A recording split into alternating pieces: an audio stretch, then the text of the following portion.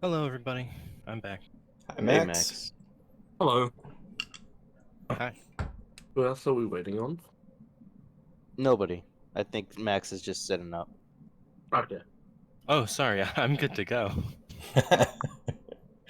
Uh, Just giving everybody a chance to hang out, vibe in chat. yeah. Yeah, real vibing here. Spectacular vibes, off the chart vibe. Yeah.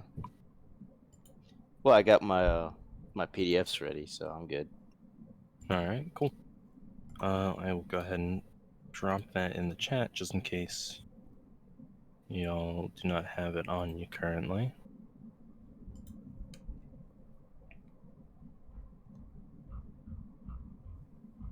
I am just reading through the rules right now, so. Okay.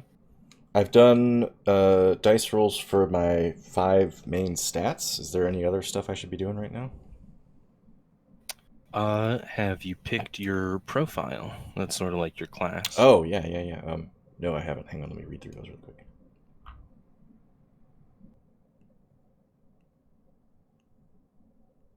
Has anyone else picked profiles yet? I think Uh, I've chosen mine. What are you going to be, Mike? I think I'm gonna be an offboarder. Okay. Okay, I think I'm going to do... I've typed that wrong. Sorry, go ahead. Oh, no, I'm just talking to myself. I think I'm going to be a pilot. Don't crash. Okay, 10 health. I can live with that. I was hoping it wasn't going to be 2. It'd suck. It's like playing the No. old AD&D wizard where you get a D4 for your health, and you're like,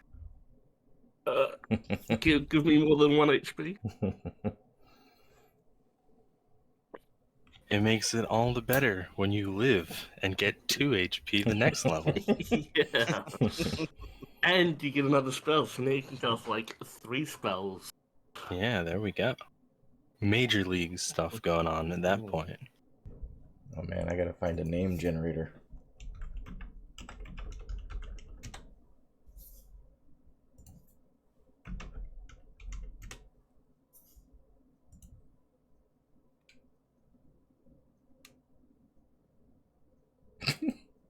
Alright, I just found my name.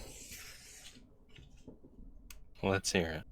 This sci-fi name generator, like I've gone through probably about 40 or 50 names now and not really liked any of them. But it just gave me Billie Belly. So that's what I'm going with. First name Billy, last name Belly.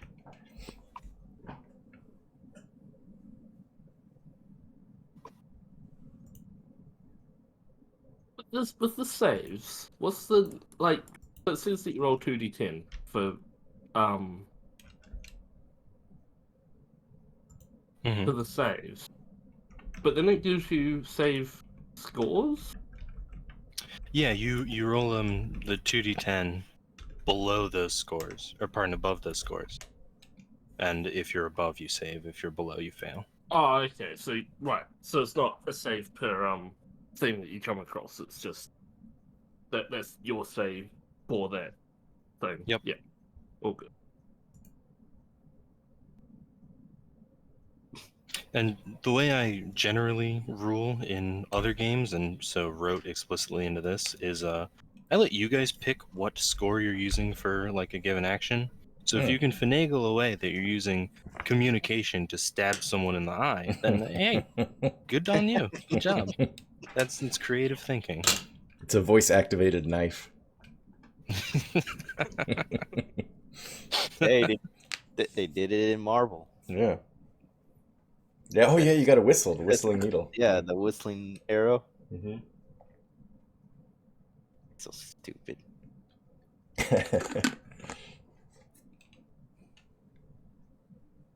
Yeah, but it's Michael Rooker, so it makes up for it.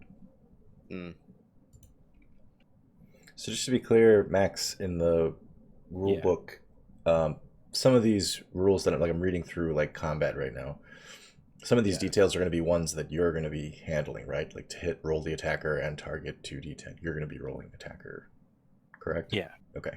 Or, I mean, you're going to be rolling whatever our opponent is. Yep. I know how this kind of thing works. Mm-hmm. I know what I'm You talking got it. about. Mhm. You're big brain, Pam. You got Well, this. I'm not used to, I mean, he's the pilot. He has to be the big brain. no, True. no, I just got to be a hot shot. I don't have to have a brain. I just got to have balls. Just not legs for days. No, no. In fact, if you have legs for days, they don't let you in the cockpit. You're too big. That's in the U.S. Air Force. That's the actual designation when you're too tall to be a pilot. They write down legs for days. Hmm. Yeah, you naturally rolled all 12s, right? No, I didn't. Oh. For example, in grit, I have none. Ah. So, and I have -1 caution, which is exactly what you want in a pilot. Less than average caution. My stats, I think my stats are pretty good. What'd you get? I'll just post it in. Oh yeah. Pretty good indeed. You know, I can't talk as well, or I'm not very precise, but got a lot of grit and Who acumen. needs precision? Yeah, when you've got grit like that. What's Yeah. your, I forgot, what's your profile, Harry? I'm just looking at that now. I don't know. I don't know what's if I want to fill in something else to get a stat up, or if I just want to max out on the grits and just I go was officer. I was really tempted by the company loss prevention profile. I think that you could have Hilarious. a ton That of was a fun with funny that. one. I think that one might be my favorite. I I'll thought, track down the bottom.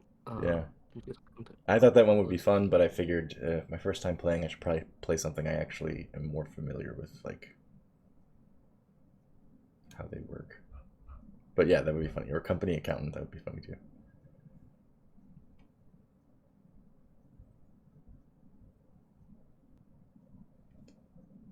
Yeah, I'm gonna go with officer. Just max out on that crit.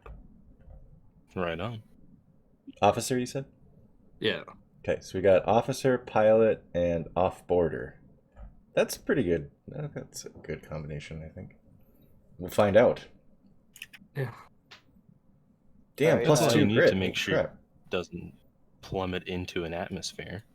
So I Harry's going to uploaded be my, gritty as my fuck. stats on the tabletop channel. All right.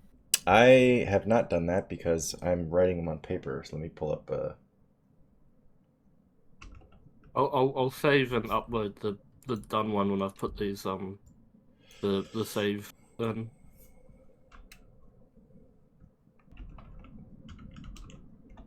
You're going to be Oh, super whoops. impressed with the professionalism of this screenshot I'm about to send you. Just wait. You are going to be so impressed. You know, Pam, I'm sure I am. I have no reason to doubt you. Good. A quick note for you guys to keep track of. Every 5 saves that you fail, you get to lower one of your saves by 1. Ah, And Wait, I so- am... Our choice Okay. or Yeah, you get to pick which one you lower. And it Ah. doesn't have to be like, oh, I failed caution 5 times. My caution goes by. If you fail anything 5 5, times. Okay. you get to lower a different one by 1. But when I was running this for my friends in the real world, I did not keep track of that at all. So it's for the best if you guys keep up with that. Alright. Balls to the wall, pilot. Mm-hmm. Oh That's yeah, the I need to kind give you him a want. name. I need to give him a name. Where's that? We got -1 caution. Larry Fliamson? Is that how you Larry pronounce that? That's good. Yeah, on that what's it called? The roll bonus, that +2 grit, is that +2 to the score or +2 modifier? That's the modifier. So it gives me +2 on top of my +2, so it gives me +4? Like Sure, whatever yeah. you whatever you rolled for your grit roll, then you add +2. Okay, yeah. So it puts up. So I've got 10 grit, which gives You've me got +2. grit for That puts it days. to +4. I Yes. uploaded the other one with the comment text boxes as well. So Max, what's your desktop look like right now? Do you just have like a billion windows open? Or? Yeah, kinda. I've got the game open. I've got two monitors. I've got the game open on the right side. I've got Discord open on the left here. And I've got my notes in a little typewriting thing that I got. Hmm.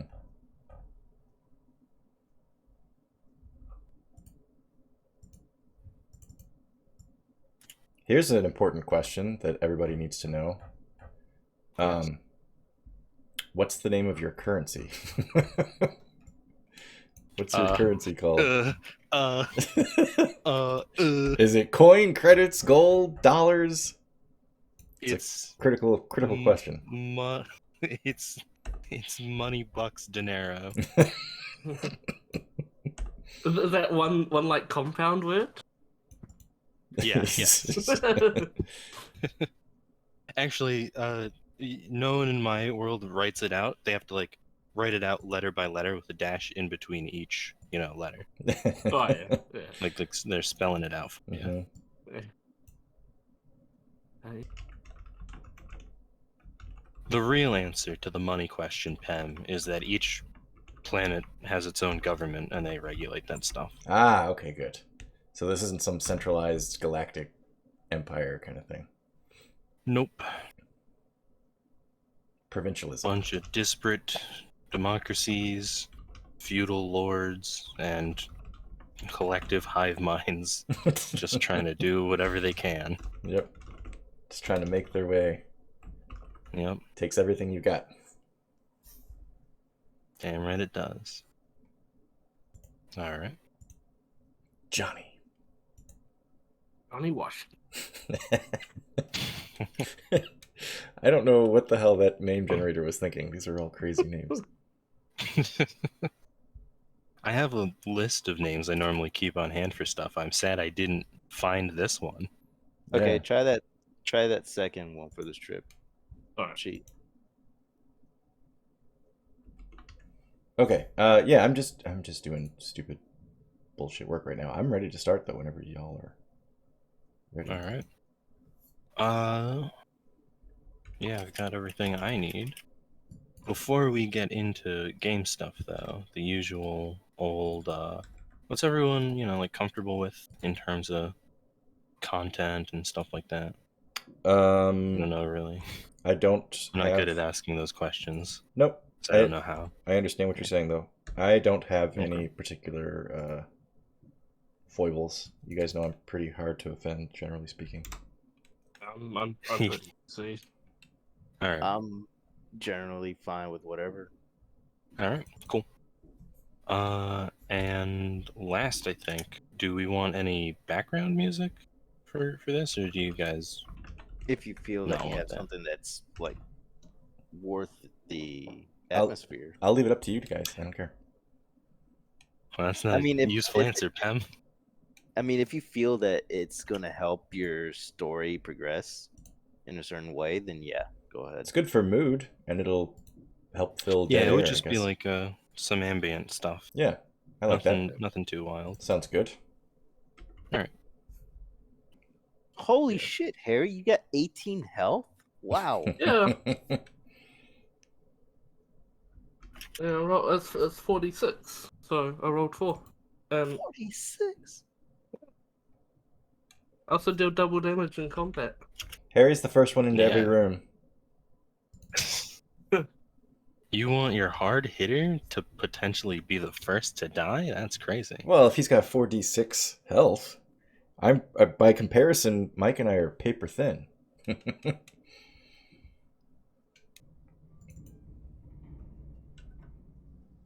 Okay, so before we actually get into the game, Max, I just want to say my favorite sci-fi game I think that I've played so far is Prey. So you only have to beat Prey. In terms of that's no biggie. terms Then of that's how good this game has to be. man, I do that in my sleep every day. Come on. Hmm.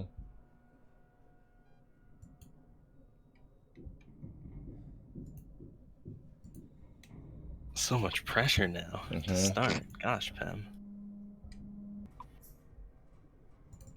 Okay. Yeah, I've got the green light over here, so whenever Okay. y'all want to get to it. We pick up the very first session of the Imperial Tabletop Gamers Mm-hmm. in your ship.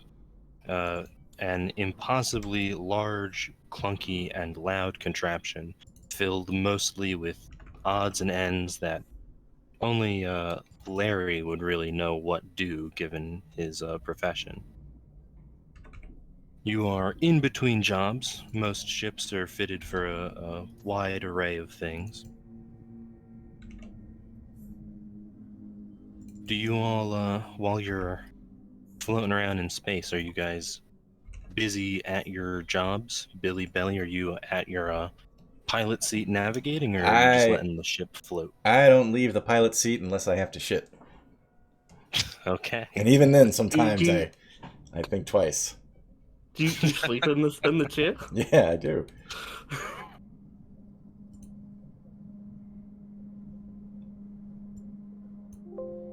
In that Well, I'm case, taking a oh, taking a look around the engine room to ensure that okay, makes sense. all the workable things are going as ordered. Yeah, it's an old ship, so every so often you see something that would give someone who's unexperienced cause for doubt. But you know, Oh, yeah. that's just how these things work. I suppose then, Johnny, you would probably be the one to first receive the large, old computer that handles much of the random ongoings in the background, lights up with a message, and the sound of a printer begins to click out in whatever room you stand to your officer duties in. All right. I'll go check on the note. What's come through? It is a message from one of the nearby planets that you are in a very distant orbit to. A couple of other, working ships that have recently left this area spotted a massive, very, very large space station that was floating just sort of emptily out in space at a not a insane speed, but pretty fast. But upon getting closer to the sort of inner of this, what's it called, solar system that you are in, it seems to have slowed down, which is odd, because it seemed abandoned. Hmm. Interesting. The government that sent this message, along with a few others in the system, have scounged together. Scounged is definitely not a word. You'll have to pardon me. My brain is terrible when it comes to speaking. You guys have already experienced a little bit of it in the streams, but It's all right. for a dude who writes all day, words elude me.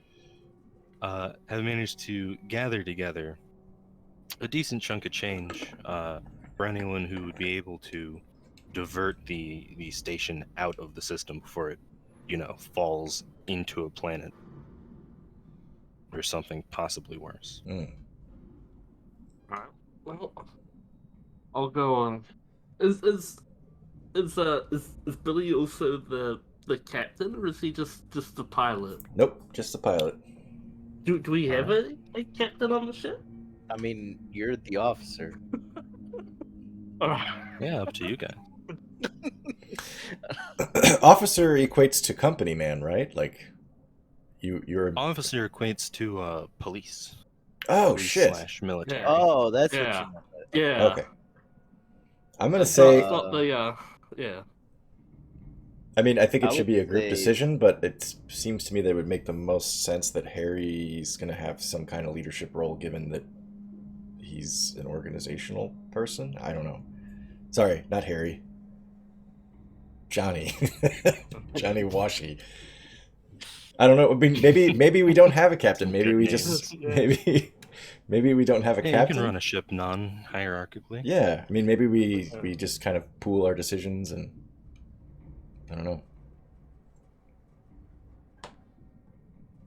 Yeah. What? Why were we asking Alright, that? oh. I forget. Oh, well, I was wondering who I meant to say the information to. Well, here's my There's question: probably some sort of Is it just us three in the ship, or are there others? Yeah.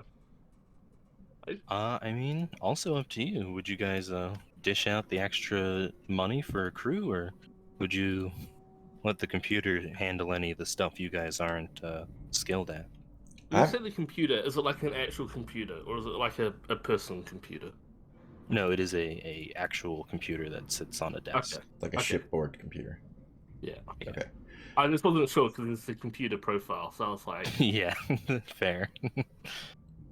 I mean, I guess if we say we have a crew with us, then we would need to come up with a reason why, when we get to, hypothetically, when we arrive at this station, why that crew isn't able to come on with us, and why we're not able to radio back to that crew for help if something goes wrong. Like, I feel like we can just keep it simpler if we just say it's just us working a skeleton crew on this ship. Yeah, Right. I'd rather not. Makes sense. I'd rather not have to change to a red shirt every single time I get off the ship.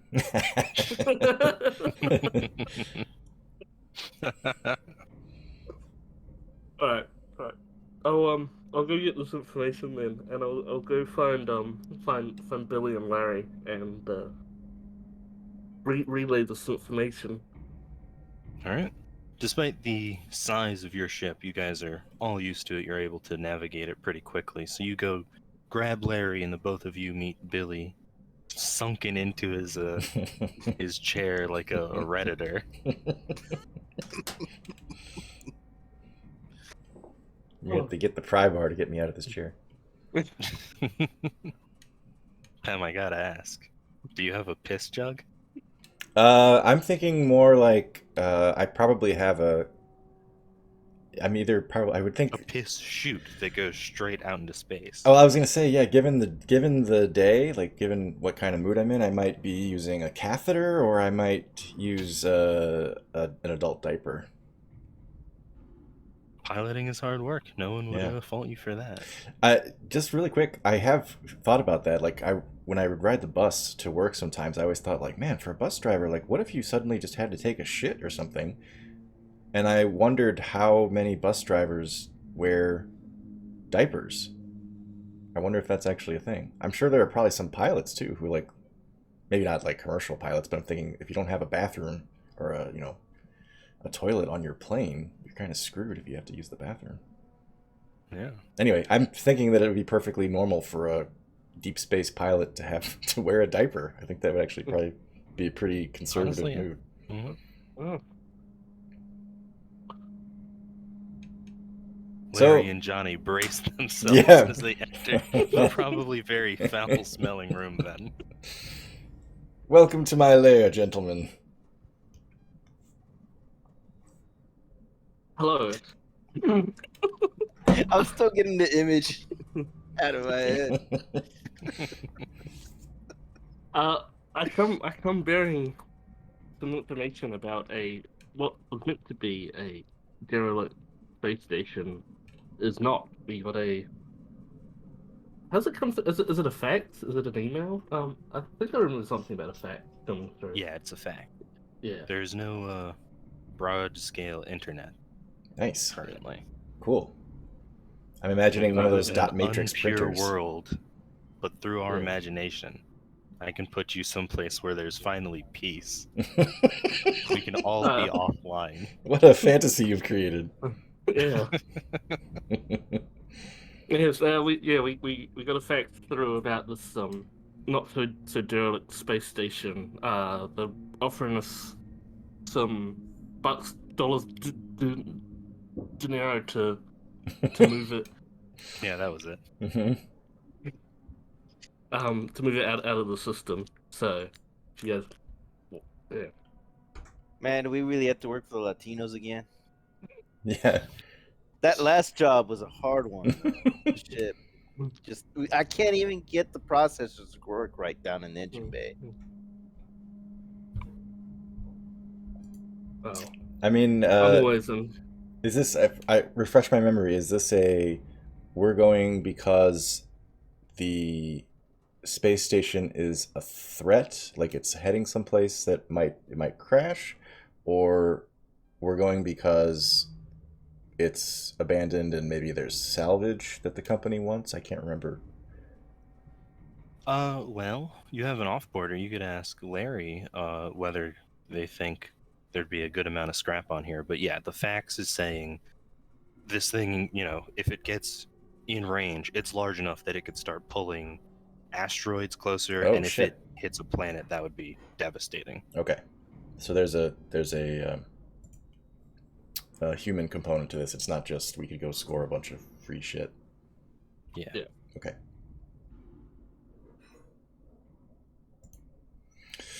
Well, I'm in favor of checking it out.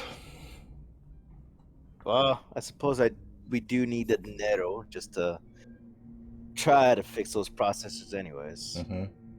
Yeah. So I guess I'm in. Yeah. I like getting paid, so It's a good reason. we It's a should. great reason. Yeah. I gotta get that cash money. Okay. Do we have coordinates I can put into my poop smeared computer? Yes, you do. He doesn't even have wife bed. Nope. He uses the steering I wheel. mean, you think about it, Wipe if I don't bed. have a sink to wash my hands, it's pretty bad. Spit shot doesn't even work anymore, man. Oh, that's terrible. That's awful. Yeah, so assuming that we have the coordinates that we need, I'm gonna pilot us in that direction. Yes, Billy Belly, you are able to get you and your crew there in about 10 minutes. Oh damn! Okay, Oh, I'm a that's hell quick. of a pilot. Yeah, you're fucking fast, dude. Is there like light speed or warp speed travel or something? Or There is not. okay. Just a whole lot of oil was used for that. But you're not on a planet, so you don't have to worry about ruining the environment or Yeah. nothing. That's fine. Yeah, yeah. No, I was just curious to know how far distances are. 'Cause We if just it's need 10 to minutes at like light speed, or if it's 10 minutes at not light speed, is a big difference. Yeah, We no, just- it is non-light speed. Yeah. We just need to worry about whether or not there's another ship behind us. Dealing with those fumes. No, but even with the Diesel clouds and the clouds of oil and shit. Just out here rolling coal on a bunch of fucking space vessels, huh? Yep. This is the worst ship. I'm trying, damn it. That's funny. I expected the rolling coal part to come in. I expected you guys to use up a bunch of gas. I wasn't expecting the shit. That was your doing. Nobody expects I the take shit. no claim over that. I can tell you right now, Larry was definitely not expecting that when this trio formed up. Yeah. Mm-mm. Yeah. 2-3 days Larry into it, it's like, signed what is up. that weird smell every single time I go by the Yeah. damn Larry bridge? signed up a bright-eyed, hopeful offboarder thinking they'd be doing all this hard work, manual labor, getting covered in grease, but it's worth it. Because at the end of the day, you're making sure your ship's working. Yep. And if most it- of the time, he's just a janitor. It's just- Cleaning up And shit he's still doing after the the hard asshole work who and shit on the keeping floor shit at going. McDonald's. Oh man. You assumed too much, Larry. You assumed that we had standards of hygiene and we don't. No, Billy, I can't attribute that to a we. It's a you problem. Oh yeah, that's true. That's true.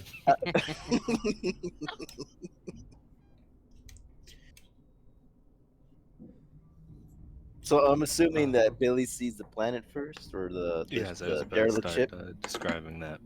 Billy, as you pull you and your crew in close enough that this huge space station comes into view, you see it is like this one single long pole. It is the drawing I posted Oh yeah. here if you want to scroll up.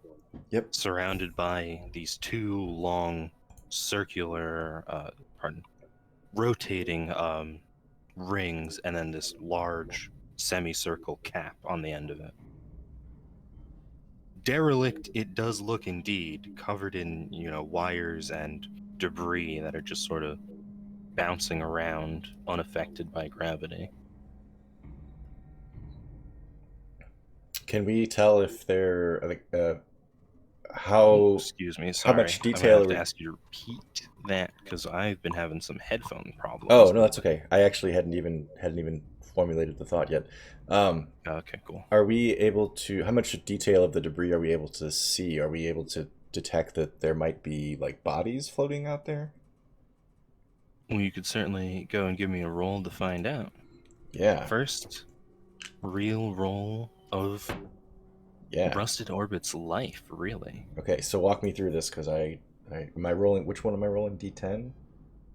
You're going to be doing 2d10, and you're going to roll whichever of your scores sounds like it makes sense for the situation. So if you're looking, Yeah. that could be caution, precision, maybe even acumen, depending on how you want to Um. say what you're doing. Yeah, I'm gonna say it's probably acumen. Okay. So So yeah, two go ahead and roll D10. 2d10 plus.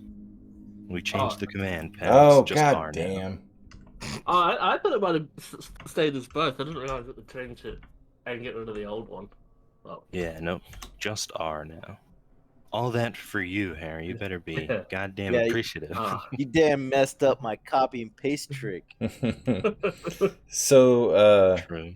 my modifier is included in that roll. I've got 5 total. Yes, it is. You got a 5. It is distant and incredibly hard to tell. It, from where you are, just looks like random pieces of debris. Could even be like, chunks of ice from a passing asteroid that just got caught up in it. Okay.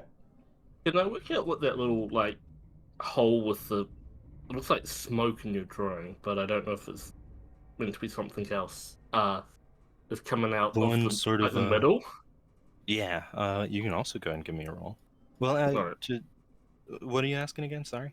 Oh, Bad I was listener. asking if it's smoke or if it's like Okay, no, something yeah, else. you don't need a Yeah. roll for that. You can tell it's Yeah. a collection of very tightly bound like wires. Hmm. All right. At one point, probably did something important, but now are just sort of part of the exterior of the station. You know, it's just them your, wires out there just floating around. I know we can salvage most of this, but I could really use some of those wires to tie up the damn solar panel that's just flinging around out there. Solar panel on our ship? What do you think powers this shit?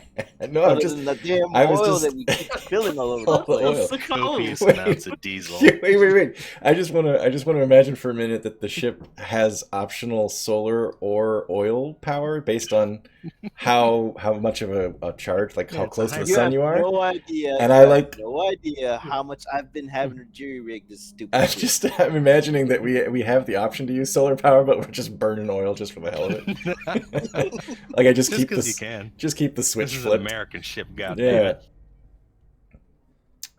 No, once again, the real answer is that you guys go off of Pem's biofuel because he puts out far more than you think should be possible.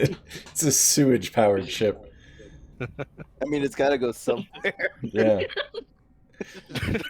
We're an eco-friendly ship. Yeah. Carbon neutral in just 2 years. This ship pays for itself. Okay, so unless somebody else has something else they want to see before we check this out, I'm wondering, is there a dock that's intact? Someplace we can Yes. latch on? Indeed there is, Mr. Pilot. Once again, you're used to docking on large foreign objects. You can see sort of past where Harry was just talking about that opening with the wire. Mm-hmm. There is an open docking area that is clear of debris and would be safe. But closer in where there's all this, wreckage you might clip into, there is another dock. It would be much harder, but seems closer to where things are happening. Okay. So let me think. Do we know anything about the structure of this particular space station? Like, are any of us informed enough to know, like, hey, the bridge would be on this end, or engineering would be on that end, or is it just we've never seen this kind of thing before, we're not familiar? I'd like to do an acumen roll to see if I can portray my knowledge on the station just by looking at it. Yeah, makes sense. You gotta know where stuff is if you're gonna maintain ships. Go right ahead.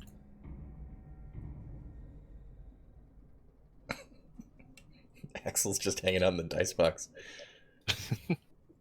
This is what she means when she says she's going sledding. She's just watching us distantly play. Watching us 13. fail. Yep. It's a pretty big thing, probably bigger than anything you have seen or worked on before. So the specifics are a little hazy, but generally it seems like the semicircular bit on the end would be the front and is probably where navigational stuff would be. What is in and around those two rings, though, anyone could say. All right. And so the more difficult of the two docking stations is down at that end? Yes. Okay. So I tell Billy, "Hey, Billy, I'm thinking that where we want to go is towards where those circular parts of the station are orbiting, but we may not want to go there exactly. We may want to take the further docking station." Yeah, I mean, Billy has never had an abundance of caution. I'm thinking, unless somebody vetoes me, I'm going to try to dock at that harder to reach spot. I take a look at Jonny, see what he says. What's at the so we're needing to get there, but if that's where everything's going on, it's probably better rather than docking right where stuff's happening. Dock a bit further away, and then we can we can approach it with a bit more caution. Is my opinion. Okay. All right. If it's 2-1, then we'll. I Committee didn't say rules. anything. It Oh. sounds to me like you need to do a communication roll. That I need to do a Dang. communication roll to try to convince y'all that we need to dock in the crazy part? Is that what you're saying? I mean, that's what would happen. No, you're trying to do one thing, he's trying to do another. Well, I'm just thinking I'm the one that's at the controls, so if Yeah. Right. if it's going to So, be an issue of at least- convincing, I think you guys are going to try to convince me, right? Yeah, it sounds like Right. Harry needs to do a communication. Oh, okay, I see. Right, yeah. Got it. What is it? It's 2d10, right? Yeah. Yep. Plus your Okay. modifier. Yeah. Plus, Okay. communication, or if you want to try out a different stat, if you want to No. bully your pilot, you can maybe try great. I'm not gonna bully him. Okay. Not yet. Anyway. Not yet. All right. Pam, normally I would be the one setting the DC for this. Yeah. Seeing as it's your character, do you think a 12 is convincing enough? Well, how about A little above average? yeah, yeah. I don't think I feel so strongly about this that I'm going to piss anybody off about it. All right. So yeah, I'll aim for the more conservative docking station, the safer one. Okay. That is no issue. You're able to pull yourselves in and connect with this station nice and cleanly. Nailed it. I pat the very gingerly, very gingerly. I pat the back of Billy's chair. Say, "Good job, man." Yep. Even though you don't actually touch Billy, you're just touching the chair. It's I'm still just like a touching the little chairs. sweaty. Yeah. And I after I pull feel away, and even though I'm grease stained and everything, I automatically pull out my handkerchief and just start wiping at my hand, fucking ferociously. Yeah. I think I've probably, just for the sake of my colleagues, I've probably put a hand sanitizing station right outside the door of the cockpit. I like how Normally I like how ships it's only not have airlocks. nowhere near going- him. No, not Nowhere inside. near him. Outside. Yeah. I'm sorry, Max. What we said?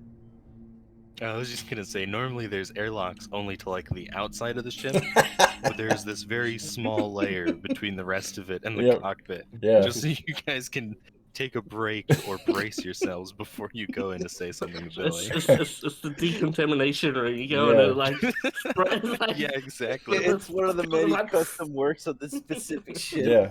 This is It's my actually pilot.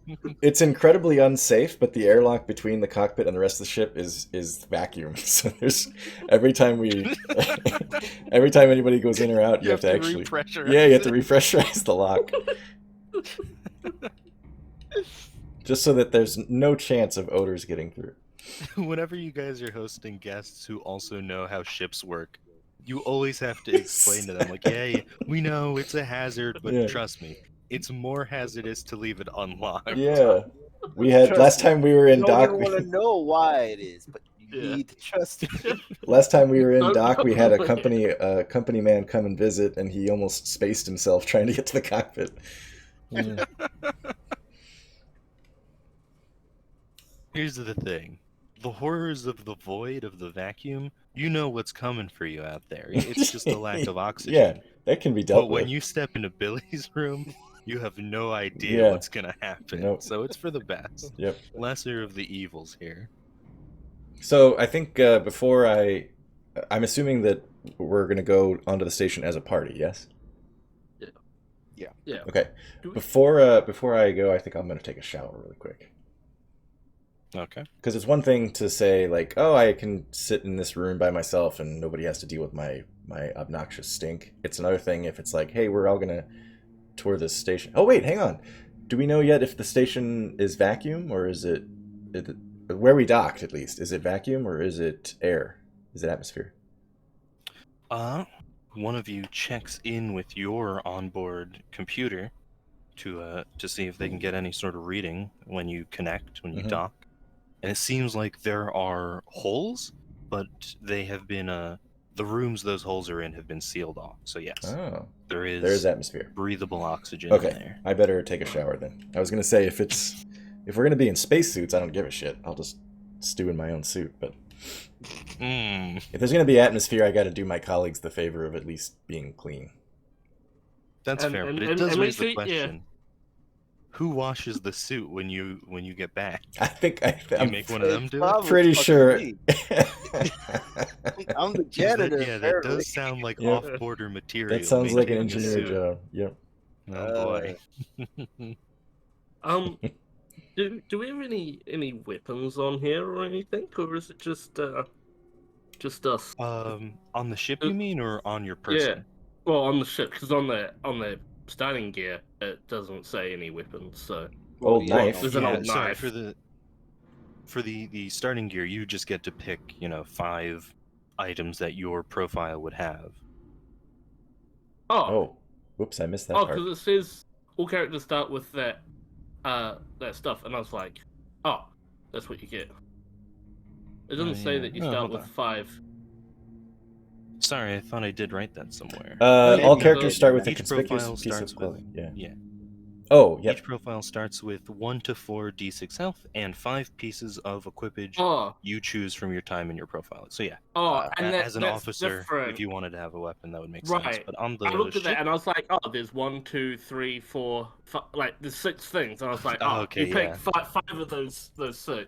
But sorry, my bad. Yeah, no. Everyone gets those items I listed in specific, and then you get to pick 5 Okay. additional things that you've picked up from your time in service. Yeah.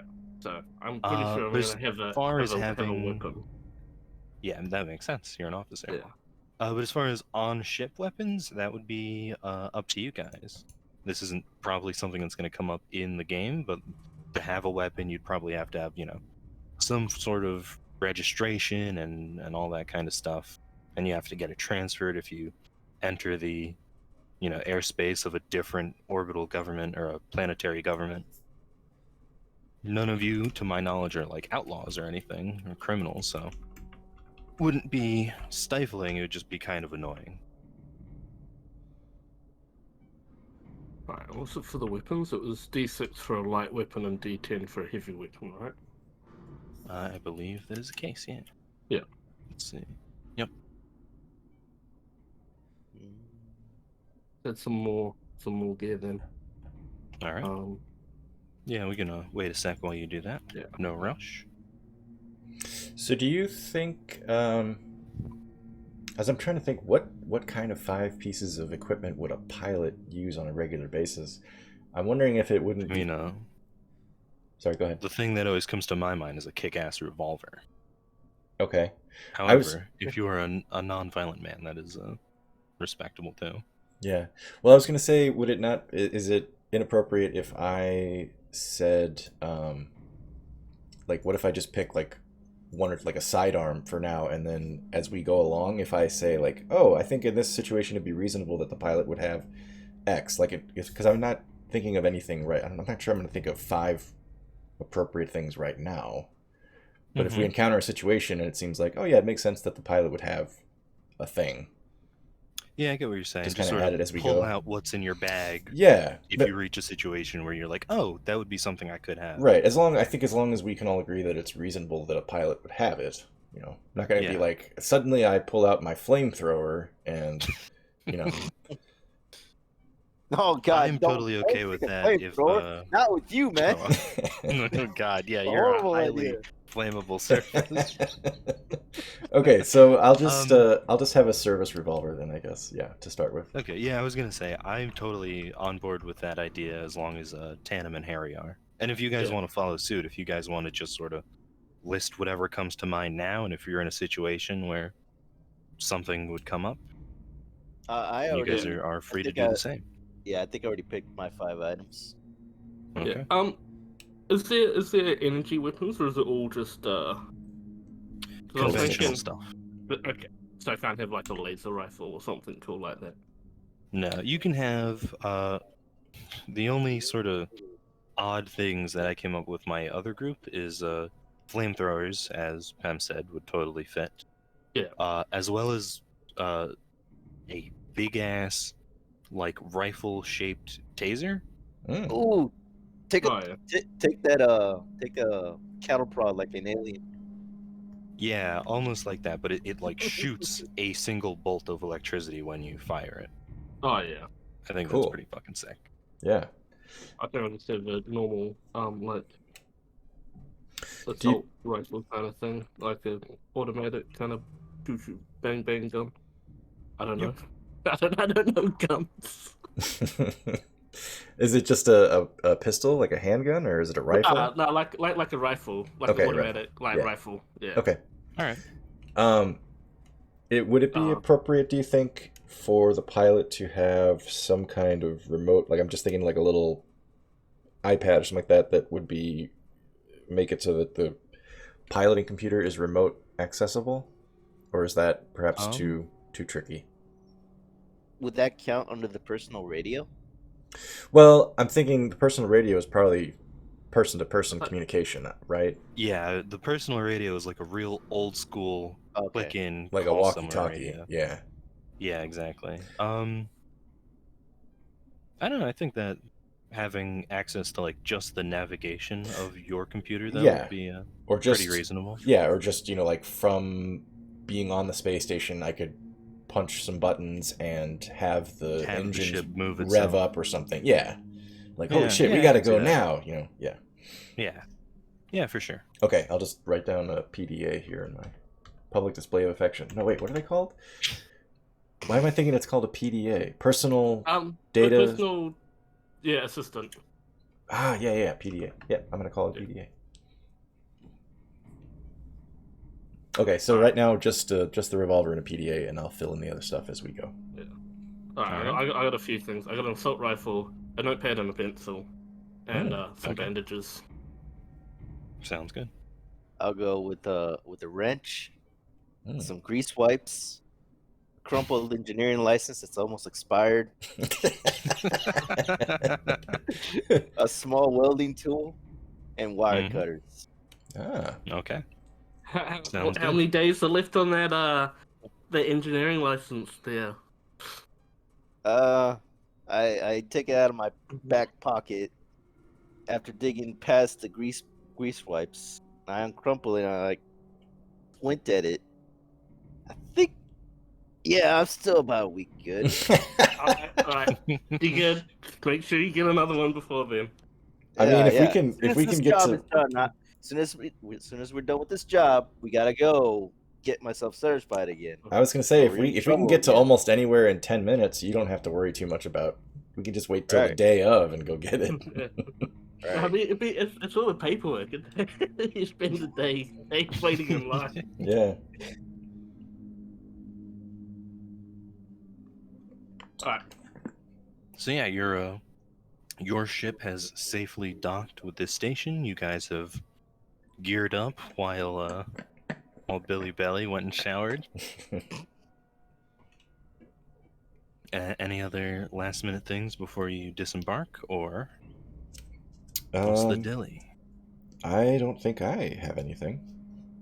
I take a quick reading of the amount of oil we have left, just to be sure we're good.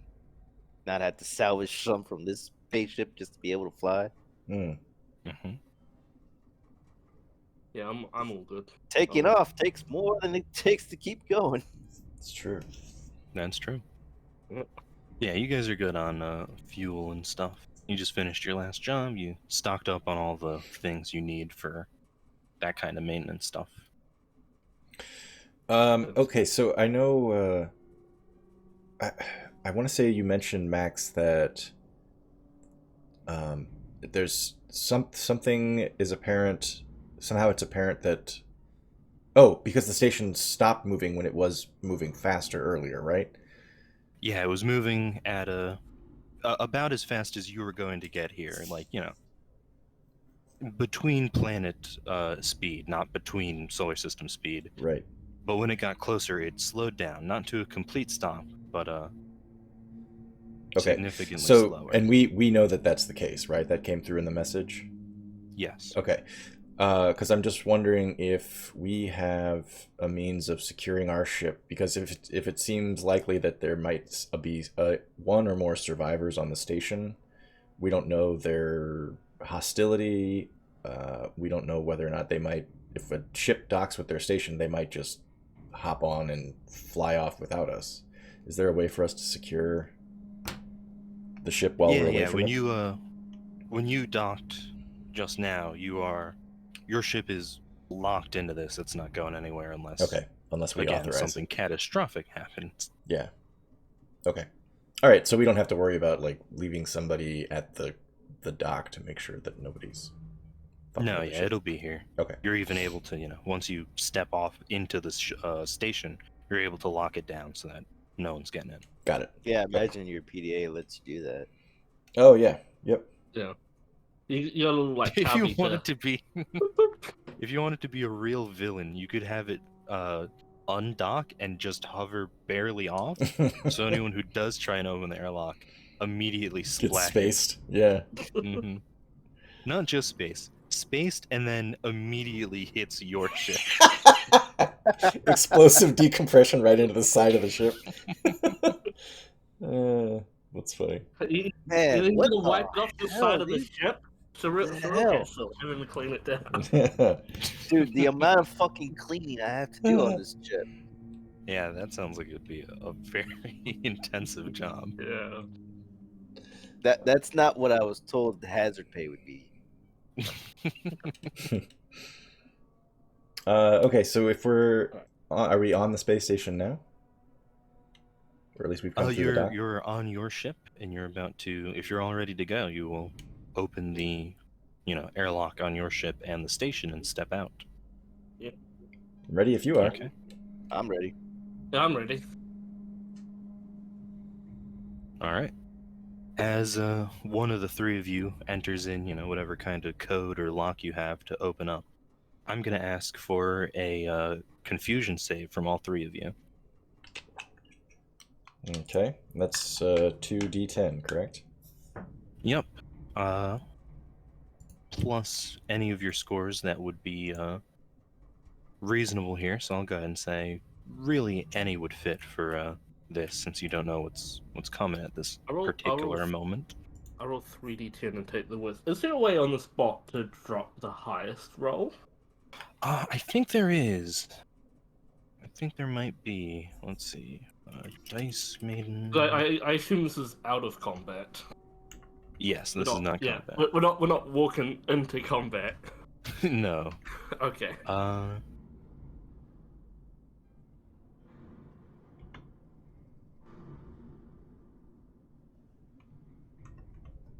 Yeah, there's a way to drop the lowest and keep the highest, but Is there a help?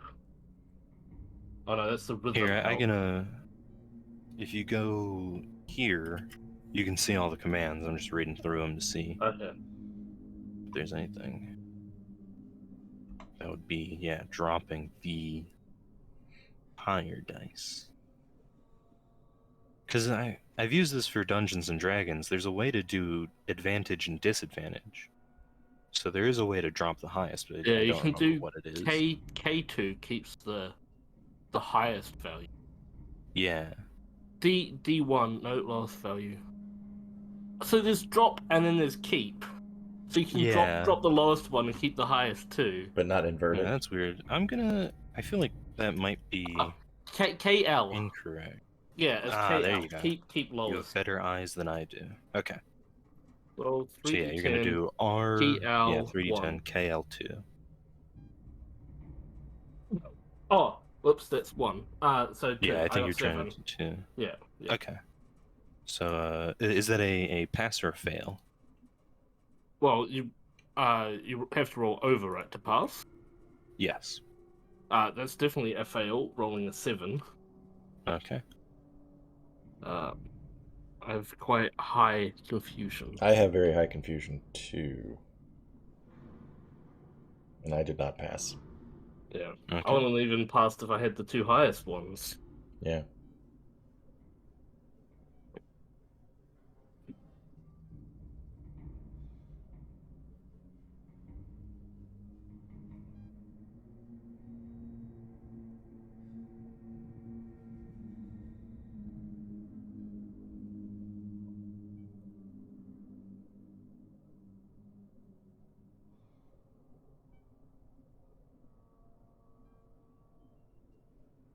I guess you can't just add the modifier on that as well. Oh yeah, I don't know how you do that whole thing. I don't think you have to roll with the disadvantage though. That's because Harry is an officer. I think you can just roll normally. I think if you want to do that, you go 3D10 plus 1 L space L1. No. Oh yeah, KL1. Yeah, but I did this thing. I've done L. All right. Well, since I don't have there we to do that, yeah, I got. Yeah, you can just do the 2d10 plus whatever you're adding. Yeah, I got a 16, and I have a 16 confusion. Okay. In that case, Pem and Harry, or I should say, Billie and Jonny, as the lock between your guys' ship and the station opens up, you two are immediately slammed by this intense headache and almost brought to your knees by it. Tanom, Larry is also, struck by this headache, though not as intensely. And slowly your head accumulates. It feels like there's this huge increase in pressure in your head, which slowly fades until you realize you cannot hear anything. And then a few seconds more pass, and you realize you can actually hear. You can hear your own, heartbeat and breathing and the fluid in your stomach move. As though someone put, the world's best earplugs in your head. All right. After I take that realization, I look down at Billie and Jonny. I try to pantomime to them that I can't hear anything from them, and I try to check that they're okay. Are we still in pain? I forget. Or has the pain subsided? There's some pain, but you are able to get yourselves up to your feet as Larry comes to help the both of you. Okay. And as Larry is helping you up, you can also hear, very intensely, very loudly, their hands on your clothes as they help you up, and even just like the swinging of their leg, the air passing by, is loud enough to be heard. But everything else seems completely silent. So it's almost like we have an audio radius of just ourselves, essentially. Yeah. Okay. Yeah. Oh, sorry. Go ahead. I'll be all right. I'll be all right. We'll just keep going. I can see Johnny's lips moving, but I can't hear him. So You I'm assuming he's. As you guys begin to, speak to yourselves and to each other, when you're speaking in your own voice, it feels as though you're underwater, but you can hear the other two of your companions fine, along with, all these other noises I described, your own hair brushing against your ear and stuff. Hmm.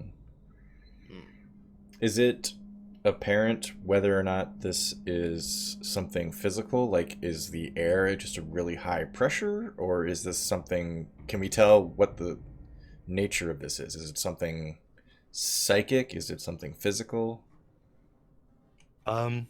It feels like there's nothing weird going on in your brain, but without, some sort of medical scan, that would be hard to confirm.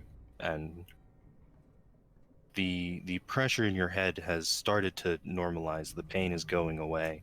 So it seems like this isn't a literally like extremely high or low pressure environment. Hmm. That's just sort of how it felt on first blush of it. Okay. All right.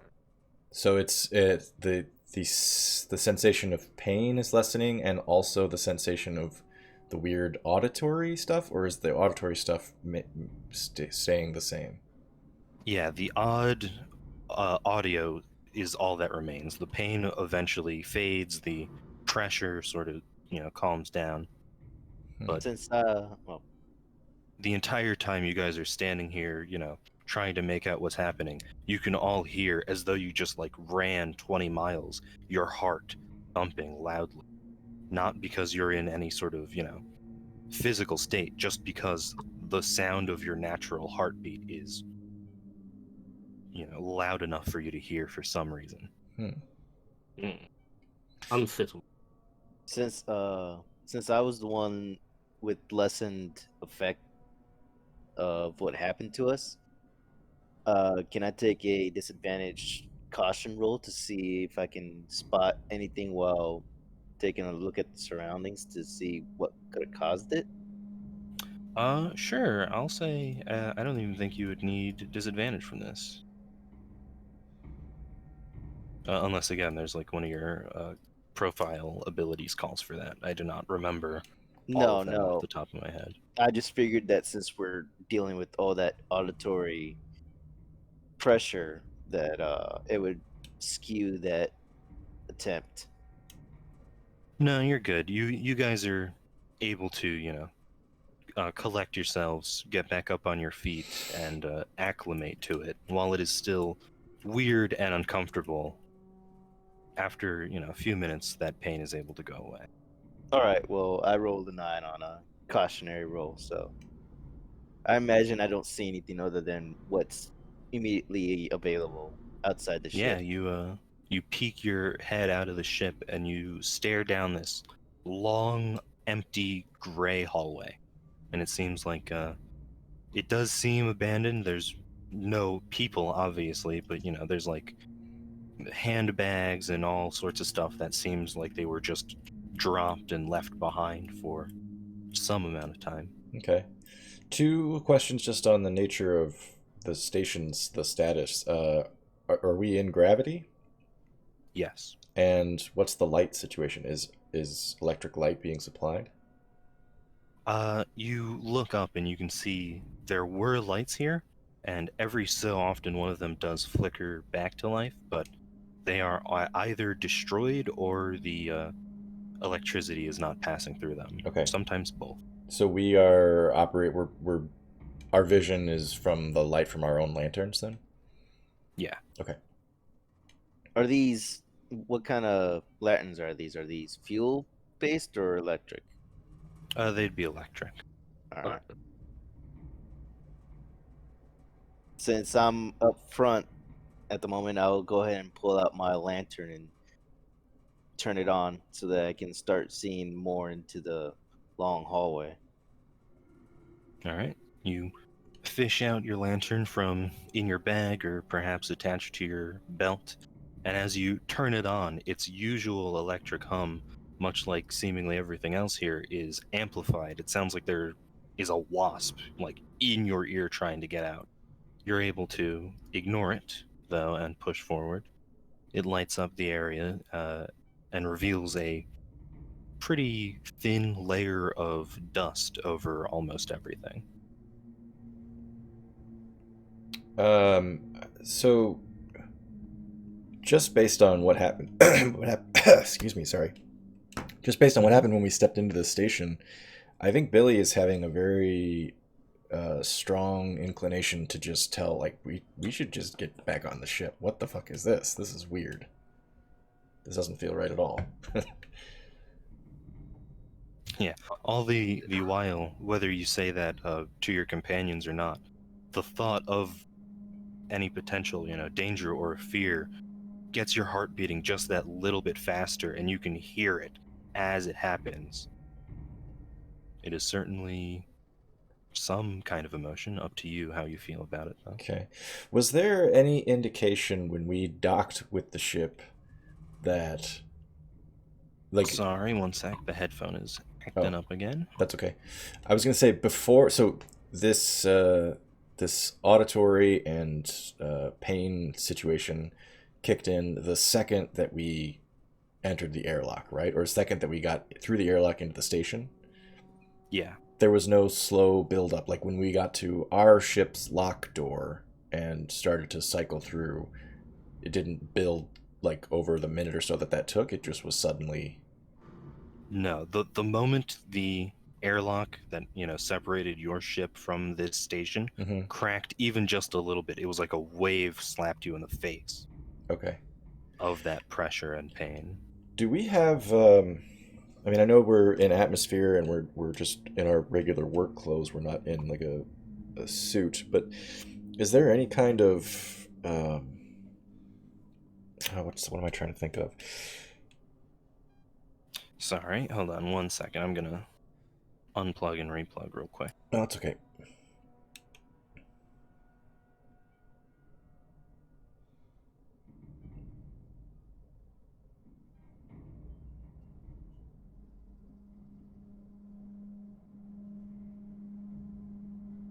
The music is pretty perfect. Right? Yeah. Yeah. It makes me, that description that he was given before about the long tunnel made me think of the that long tunnel piece from Event Horizon movie. Oh my God, Event Horizon. Oh man, I think I All saw that right, movie when I sorry was. about that. Oh, that's okay. We were just talking about the music setting the mood very, very effectively. I think I was Okay, going to ask there if we we had something, some kind of, I don't know. I was just thinking like potential for disease, foreign contaminants when you dock with a station. But I guess we probably have already checked and made sure that the air is safe and breathable and nothing's. The air itself is not damaging us while we're here. Is that reasonable to assume? It certainly isn't so far. Okay. There are Well, probably I'm sorry, go ahead. I was gonna say, well, I want to investigate this. I'm kind of curious to see what's going on. All right. I guess I'll table any concerns I have about getting the hell off the station for now. Yeah, come on, you're not supposed to be the cautionary one. I What's going on? yeah, you're right. I have a lack of caution. I mean, it shits to the wall. Let's go. Yeah. Um, what's the? Can we? So it's a long hallway, dimly lit only by our lanterns. Can we tell like how many hatches or doorways are attached to this hallway, and how many of them are open or closed? Yeah, it looks about every like 20 or 30 feet or so. There's another door on both sides of this hallway. The hallway is like about as wide as like a street. Plenty of room for you guys to all fan out and walk down it together. Okay. All the doors do seem to be closed. Some of them are covered up with, various debris. Some of them seem like they were intentionally boarded up by like chairs and tables. Some of them seem to be boarded up just because of time passing and like a panel from the ceiling has fallen and blocked it. Bit of both. I'm assuming with my knowledge of the general knowledge that I have of the ship, I know the direction of the navigational area. Yeah, it would be to the left of where you guys docked on. Seems like probably the farther direction of the hallway. After we take our surroundings in, I swing with my lantern towards the left and say, we should probably get going that way if we want to head towards navigation. See what's going on in here. I'm gonna follow the lead of the guy who seems like he knows what he's doing. Yeah. All yeah, right. I'll follow him. I'm gonna just make sure I have my my rifle not holding it, but like make sure it's ready. At the ready. All right. Yeah. Yeah, I take a look at Jonny and like, maybe you should go first. You're the one with the gun. We don't have to walk single file, do we? We can walk.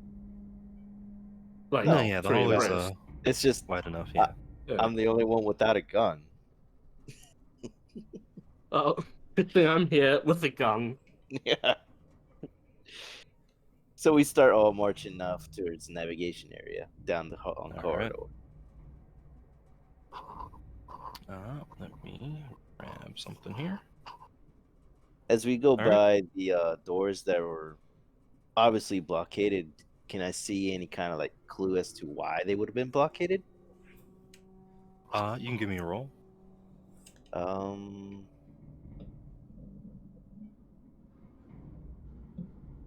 you think that would be a precision or an acumen roll? For things like checking stuff out like that, like trying to listen or see, I'd say caution, acumen, or precision would normally fit pretty good. I'll just go with caution then. Okay. Nothing.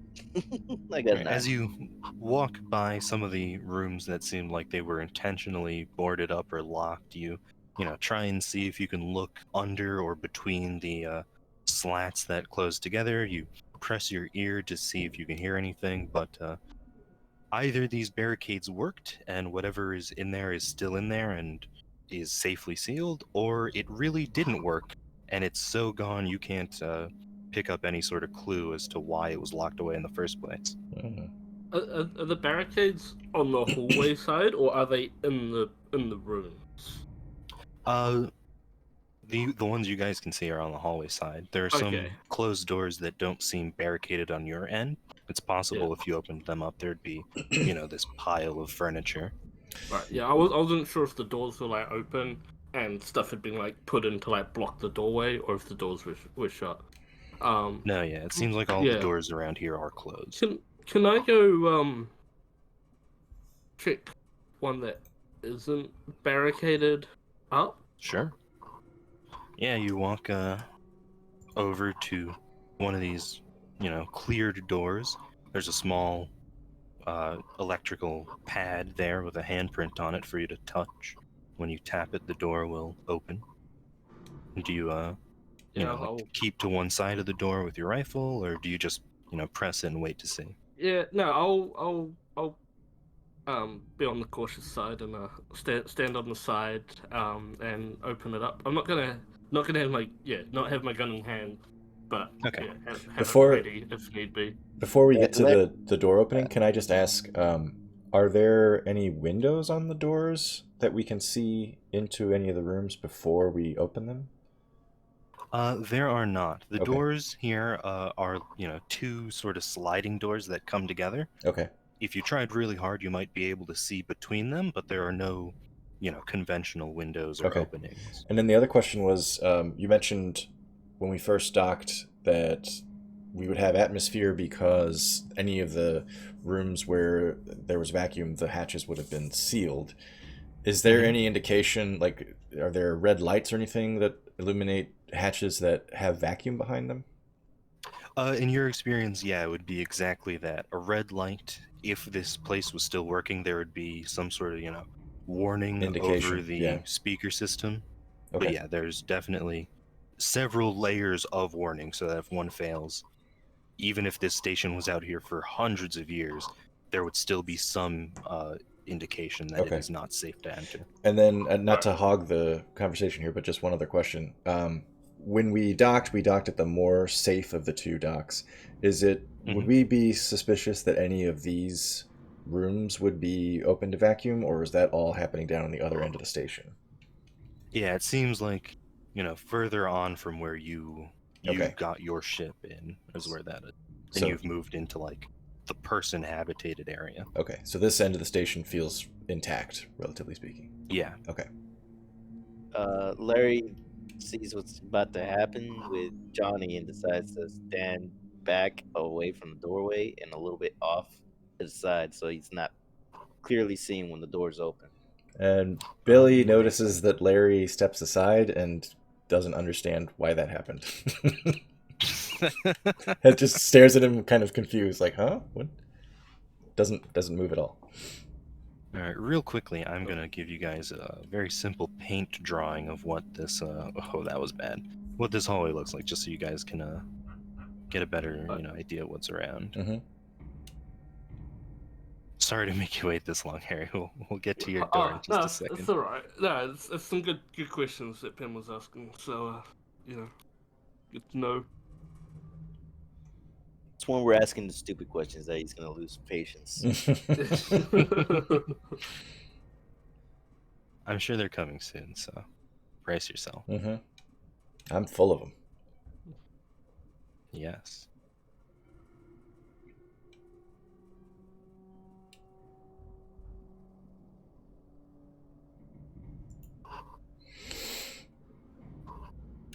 I will say I'm having fun so far. Yeah, this is great. This is pretty good. I'm glad.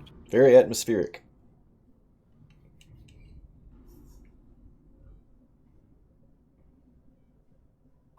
All right. Here we go. So, aside from the horrible paint skills, those three boxes on the side are the doors. They are mirrored on both sides of the hallway.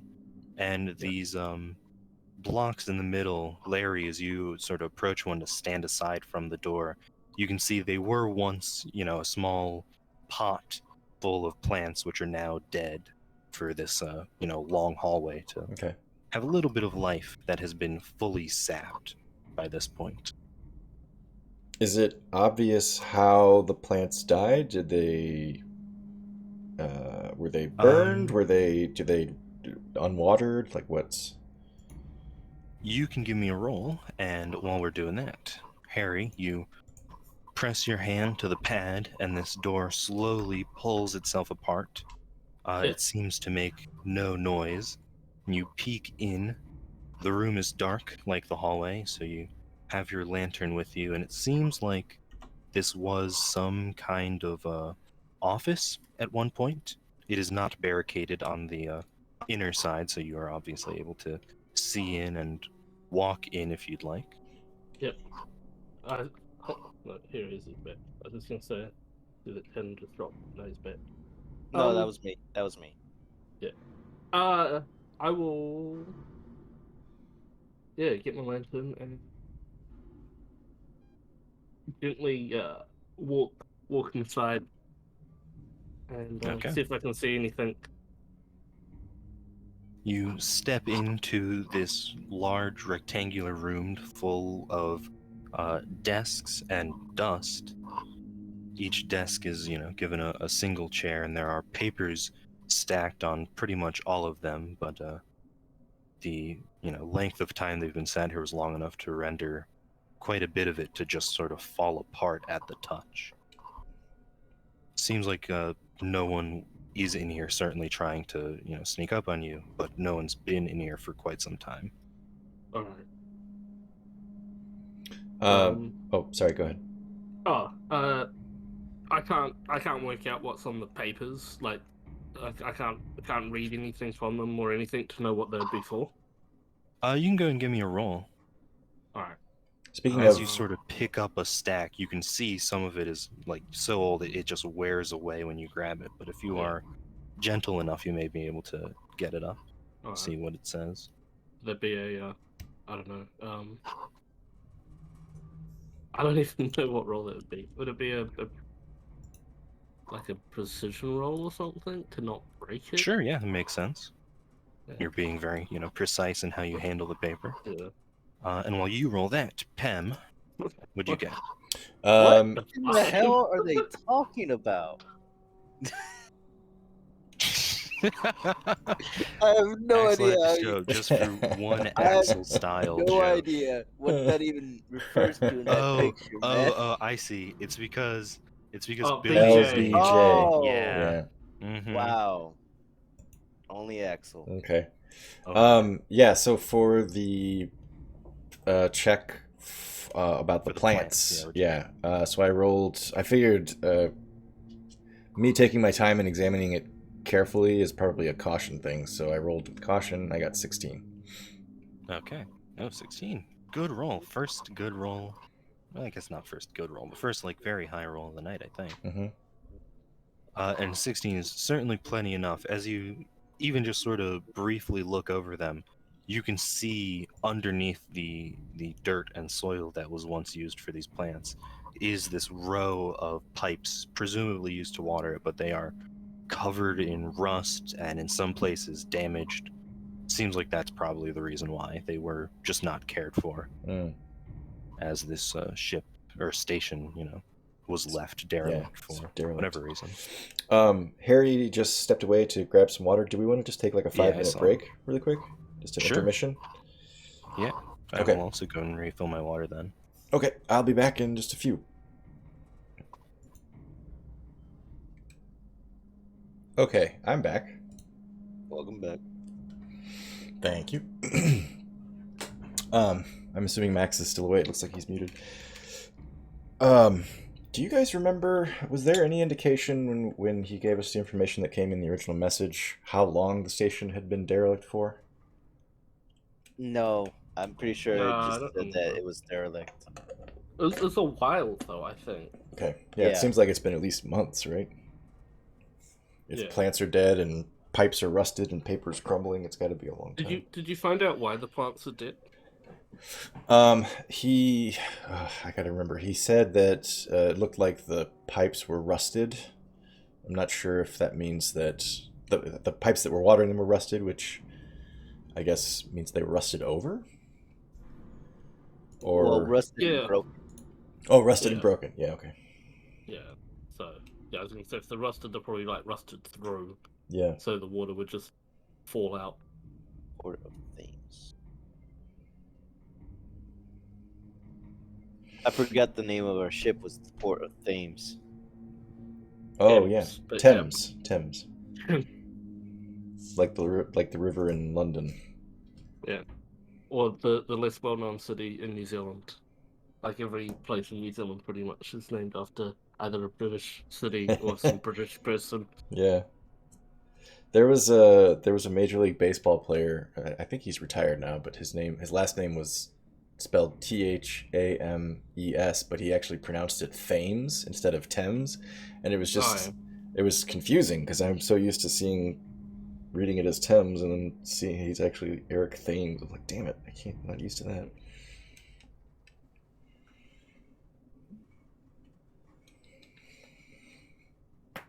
Oh yeah, by the way, how are you feeling, Pam?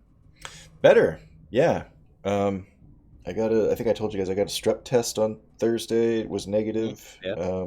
Just kind of felt a little wiped out though. Took a nap and then, as of Friday morning, felt pretty much 100%. So. How's your wife doing? Nice. She's good too. Yeah, she's been dealing with the sore throat still, but otherwise she said she feels fine. It's the doctor, when I went to get tested for strep, he was like, why do you want to get tested for strep? This is not the time of year at all. And I was like, well, my wife got tested and she's positive. And he's like, that's really weird. So, Yeah.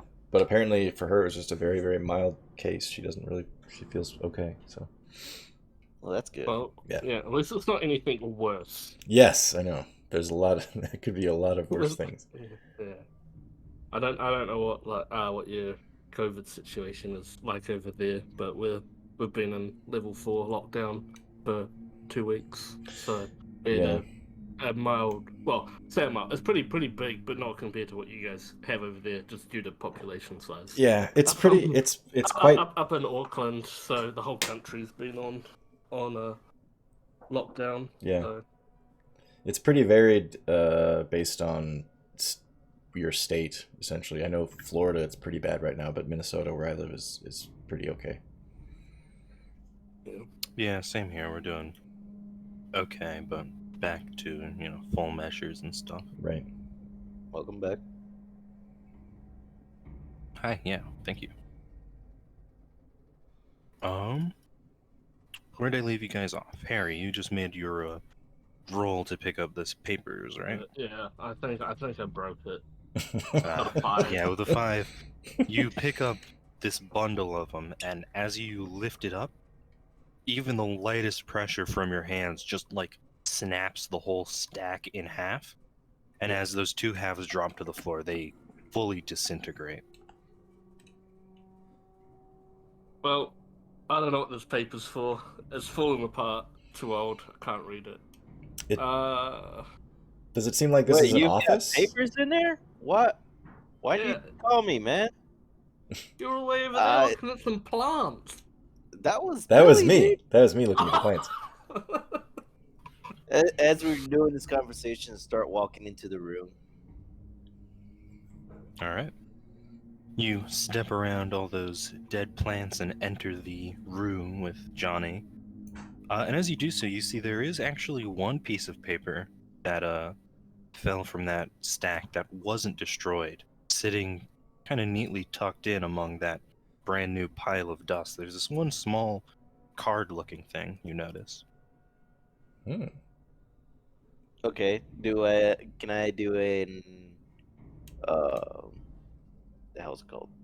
A precision roll to pick it up and be able to read it? Sure, yeah. Harry, does Larry see this? Or pardon, does Jonny see this? That Larry comes in and picks up this paper, or is Jonny walking off to see some new stuff? Oh, I'm gonna go Motherfucker. have a look around the room and see if I can see anything else that isn't gonna fall apart when I touch it. All right, that's fair. I rolled an 8. Even with an 8, you pick up this card and it feels fresh. It doesn't seem nearly as old as all the rest of this stuff. You dust it off a little bit and you see on the front it's a nice, serene picture, and overlaid on it says welcome to your home planet, wherever Larry is from, right on the front. I look at it and wonder that it just happened to be from my home planet and decide to stash it away. As you put it away, do you stash it away like for yourself, or do you hide it like under the stacks of paper in here? Just to keep it to myself. All right. As you go to put it, in a belt pouch that you have for your Offboarder's uniform, or in a bag that you might carry, you see on the back, it also has just a single date written, and that date is your exact day and year of birth. What the fuck? I say that out loud. I say, what the fuck? You guys both hear, Larry's Yeah. voice break through the silence of the area. I want to run over and find out what the hell he's fucking about. I'm gonna turn back around and ask him if he's all good. No, man, look at this. This is weird shit right here, man. It looks like a postcard. What the hell? Yeah. I know it looks like a postcard. Look at the date. That's when I Yeah. was born, man. Okay, yeah, I Oh. don't know your birthday, dude. We're not that kind of friend. You should know my birthday after I clean your shit day in and out. This is when I was born. And I was born on this planet. That's crazy. Yeah. How? What? Yeah, wait, what? Yeah, Okay, that's nuts. So wait, that was just sitting on the desk. Yeah, this was in this Johnny room. picked up a stack of paper that Yeah. crumbled. This card fell out. You saw the card, walked over and picked it up, and it just happened to be your birth planet, your birth date. Yes, that's the situation. Hey, do me a favor really quick. Drop that card on the ground. I drop it on the ground. Okay, Johnny, pick that card up. All right. I'll pick it up. Okay, what does it say? Everything on it is the same. Ah, okay. Ah. I was all thinking maybe it was a magic card or something. right. Yeah. Okay. Do you want to look for some more, see if there's more cards under some more bits of paper? Maybe someone else pick up the papers so you don't see if you can not break them. I'm actually gonna just take a stack of paper from the desk that I'm nearest to, and not even gingerly, I'm just gonna shove it off the desk onto the floor. Like a slightly disgruntled cat, you just sweep your arm across this desk. That's every cat. Half the paper, yeah, fair. Half the paper just breaks apart in contact with your skin, the force of your arm, and the rest of it just blasts apart into a stream of dust on the ground. And there's nothing remains. You get down on a knee and even sift through it. No, it seems like nothing's left. Okay, what the crap? So weird. Is there anything else in the room that would keep our attention at this point? Or is it just, like, desks and paper? Everything is desks and paper, except in the sort of far end from the door that you entered in is this, seems like maybe a higher up's desk. It is behind a glass wall and a glass door. I'm gonna check one more disc. I'm gonna try and be careful again on it, and see if I can keep the paper intact, and see if there's All right. anything under another one. I was actually going to say real quick, if you want to roll one more d10, see if you can get a higher number. Since you've already lifted up a whole stack, you Oh. know a little bit more how much, force is needed there. Alright, So treat it like, advantage. Take the two highest. Yeah. Well, yeah, no, so That is low. 14. A 14 is still, though, enough. You're able to get a few papers up and actually, hold them up to your lantern light so they're legible. Yeah. And Right. it confirms any suspicion that this was an office. It seems a lot of, like, accounting nonsense, sort of maintenance, taking inventory of what was on the ship. Yeah. Let me see. Where'd I put this? Oh, my scattered brain. Here we go. Oh, I'm gonna take a second to grab the postcard from Johnny and give it back to Larry, since I'm the one who made him drop it on the ground. Yeah. Right. I reluctantly take the card back. Because I'm still freaking out over here. Johnny, as Billie takes this card back from you and gives it to Larry, are you gonna spend the time, reading through all these, like, logs, or did you just want to see? Nah, I just wanted to know what it was about, like, just, Okay. just a quick glance to see if anything stands out. But if it's just inventory and finances, Yeah, it's basically or that kind of stuff. then, I really don't care. I just wanted to know Okay. if I could get any, if there were, documents on what the ship was for or anything, but the station was for. But maybe we've already trashed this room beyond the point where we could tell this, but in all the dust that's settled everywhere, are there any spots where the dust has been disturbed by anybody that wasn't you can us? go and give me a roll. It will be with disadvantage because you guys have been in this room for a little bit, walking around now. Yeah. Gotta remember how to do disadvantage. It would be what? keep. Here, I can type it for you, and you can copy and paste it.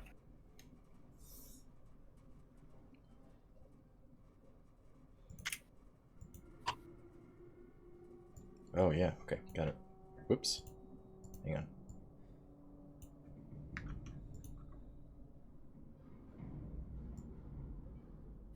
Okay, so let's see. What the hell? No. Hang on, sorry.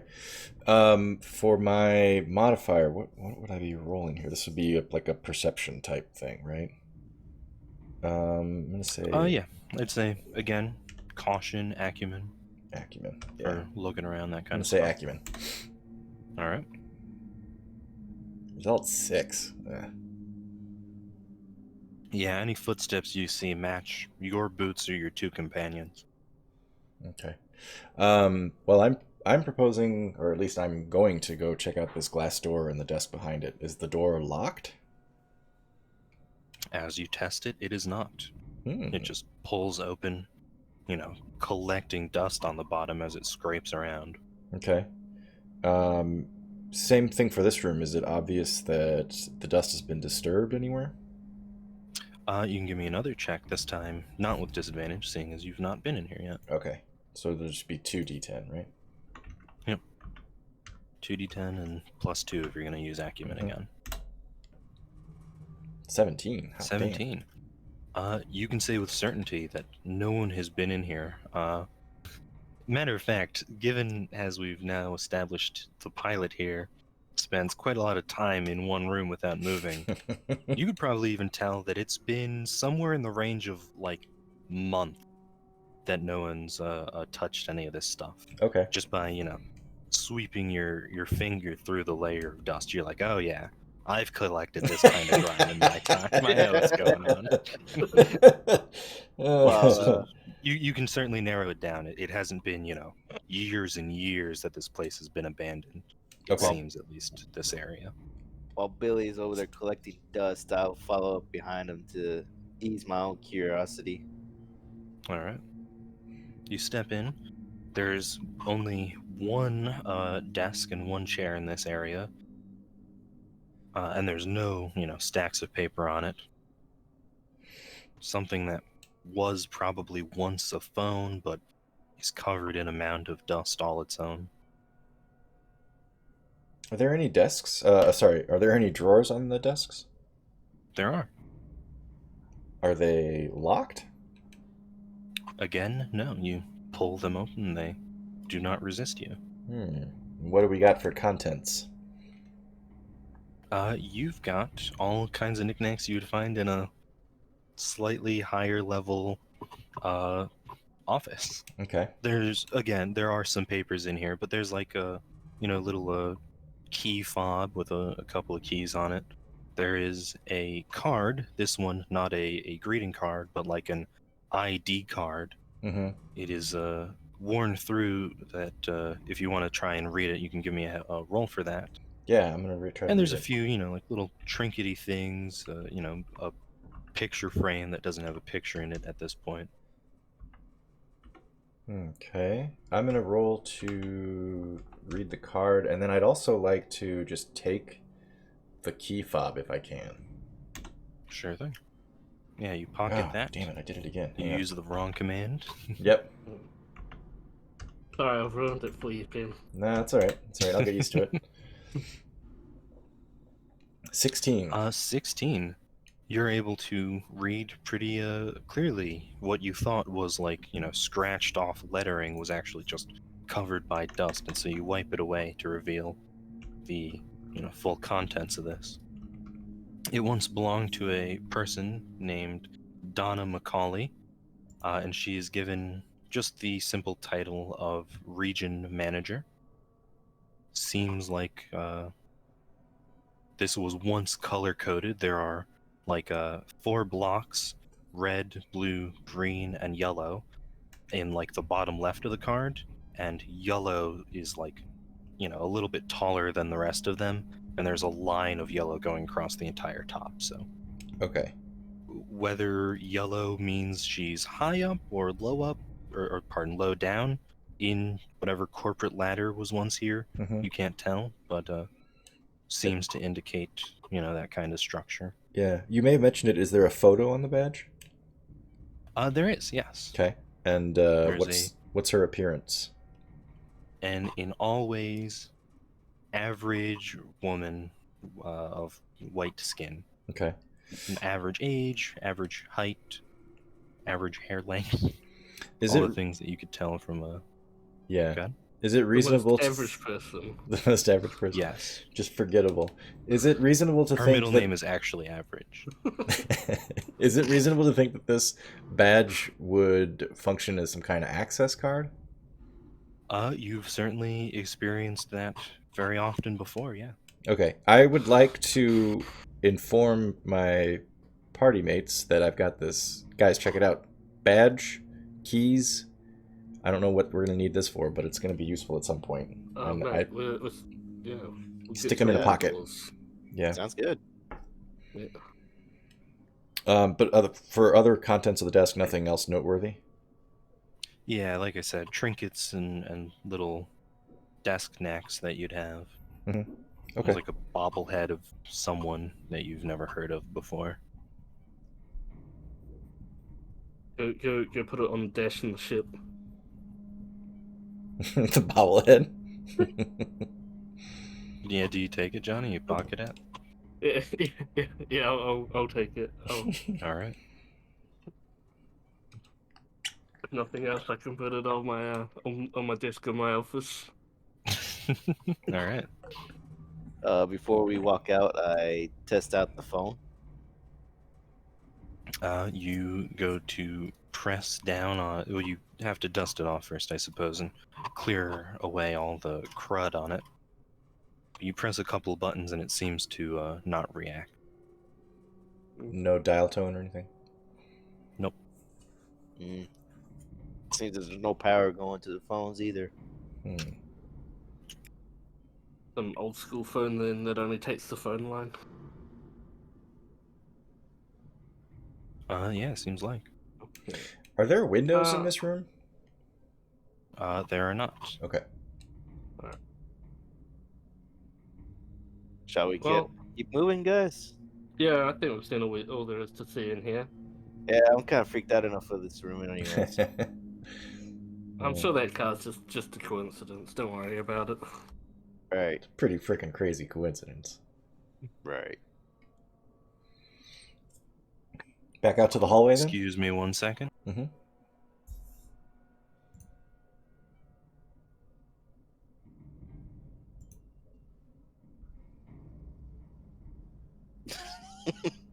I like how when he said that about the postcard, you were like, "What the fuck?" And I was like, "That's what I was gonna say." Yeah. That's a pretty. I mean, the postcard and the crazy episode when you first step onto the station. Those are both really good hooks Mm-hmm. from for I'm storytelling. glad you think so. Yeah, that's good. Yeah, you guys are leaving this room, moving on. Mm-hmm. All right. You three file back out into the hallway. Is there any indication at the door itself of any of these rooms? What, like, are there signs? You know, office, cafeteria. Is there anything that indicates what they are, or do we need to get to each door individually to find that out? Yeah, it seems like there is no indication. No written sign, no paint. Got nothing. it. Okay. Alright. Do we want to check out another room, or do we just want I was to gonna keep say, making our way down? yeah. How you said this corridor goes down, it seems how far? Farther than you guys can see. So you can see. Quite a And ways. there's doors up and down either side, yeah? Yep. Okay. How big would the space station be? Would it be like a kilometer long? Would it be like a few Ks, or? I do not have any reference for how big space stations can get. Alright. When I was imagining this, though, I would say, like, I don't know, multiple city blocks from end to end. It is shit, very okay. large. Yeah. Yeah. Yeah. Okay. I'm thinking we should probably start moving towards whatever we think is going to be useful. If it's navigation, if it's going to be that hatch looking area where all the wires were flying out.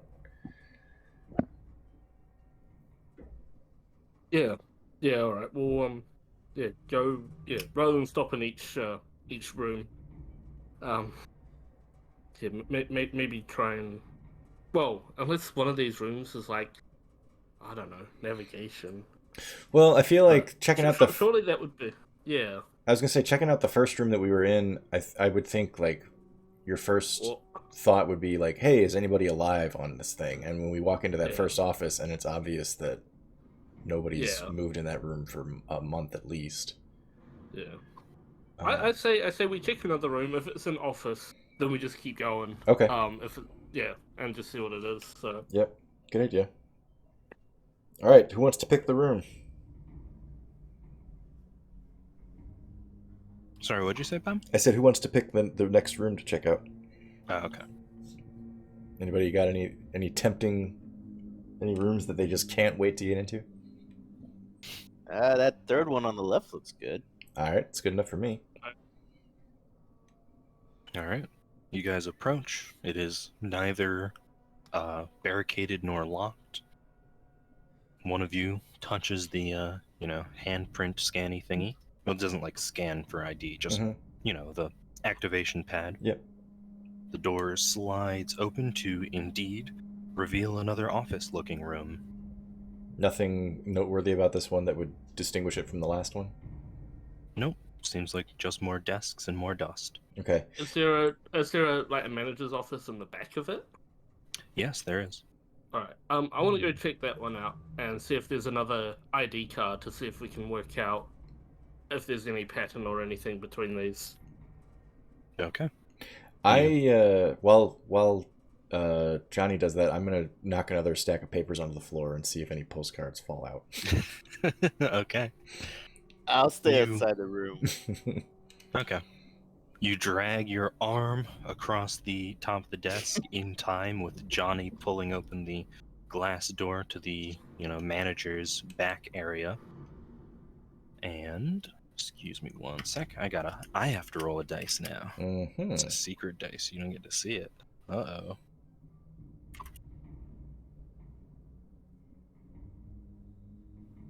You don't see any card drop out from this, but you do hear this like small little object sort of scatter across the floor. Oh, Sounds shit. like you dropped like a marble or something. Yeah, can I see it? Did I see if it rolled into a desk or something?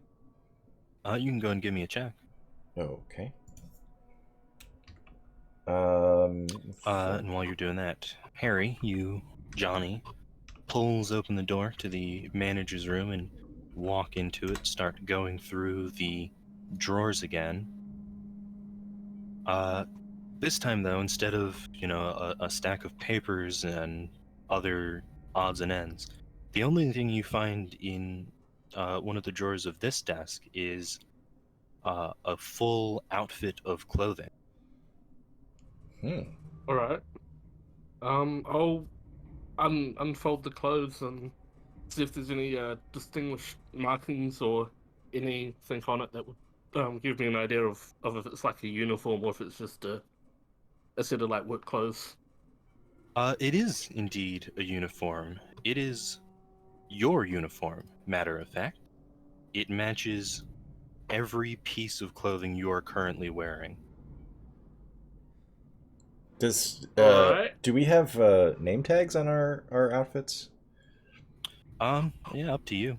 Okay. You guys know each other, but yeah, I've got a like ID thing on my one, like a that rank seems to insignia. be the only thing missing here. Oh yeah. So any military insignia or anything is matching, but an actual name tag is not there. Yeah. Okay. Even Harry, if Johnny is in any way, decorated with badges and any sort of honors, even that is matched exactly. Oh yeah. Is it obvious to Johnny that this uniform is his size? Like. Yeah, it seems like. Damn. Okay. Well, I don't know how to feel about it. One hand, I got another set of clothes. On the other hand, it's been a while, and people have been here, and I yeah. Are you saying that all out of character? No, this is what I'm saying Oh, in character. well, Larry has been like watching down the corridor and hears Johnny going a little out of his mind about this and gazes back into the room to see the outfit and gets a weird chill down his back because of it. On that note, actually, Larry, could you roll me a, let's call it a confusion save, please? Again, add whichever of your stats you'd like. They would all fit. Uh-oh, I don't like And what while you're happens when rolling we roll that, Pam confusion. will cycle back to you. Yeah, so I rolled a Uh, 14 on the Oh shit! trying to find the marble. 14, alright. Yeah, you're able to drop down and immediately start getting through all the dust and, grossness on the floor, and you find what you dropped. You pull up a single tooth. Oh. Am I missing any teeth? Um, you're missing your shit state. Oh, no. I'm just thinking. terrible. I'm just thinking if everybody's finding stuff that pertains to them specifically, it'd be freaky if I found a tooth and it's the exact same tooth that I am missing if I actually was missing a tooth, for example. But sorry, go ahead, Max. Yeah, I was gonna say, it is up to you if you are missing a tooth or not, but No, this I'm is gonna say I'm not not. one of your missing teeth. Okay, got it. Yeah. Okay. It's just a tooth. There's nothing noteworthy about it. Yep. Okay, Just a tooth. that's. Big, thick molar. I'm not gonna take it because I think it'd be Okay. weird to pick up a random tooth and put it in your pocket. But I am gonna. You've never done that? No, I've never done that. I do it all the time. But Larry and Johnny, you guys, there's a tooth. I'm not taking it. I'm just telling you, Well- there's a tooth. Alright. Like a person tooth? Yeah, like a molar, a person's molar. Hmm. I knocked those papers off the desk, and I expected to just have deal with dust, and this thing clattered across the ground. Um, I rolled an 18 on the Alright. confusion save. All right, Larry, as you peek in, first when Johnny is muttering to himself about this, shirt he's holding up and examining, you go to say something whenever you were going to say to him, or if you were going to say anything at all. If not, you were just going to look in the room. But you hear footsteps down the hall in the direction you guys were moving. Moving towards. You can't tell. They don't sound like they're getting any louder, but they are absolutely, down the end that you're moving towards, or you were moving towards before you stopped into this room. Instead of saying something to Johnny, I immediately look towards my right, towards the navigation area. Mhm. And do you want me to do a caution roll What are you trying to do? to see if I spot anybody coming? Oh, yeah, sure. Go ahead.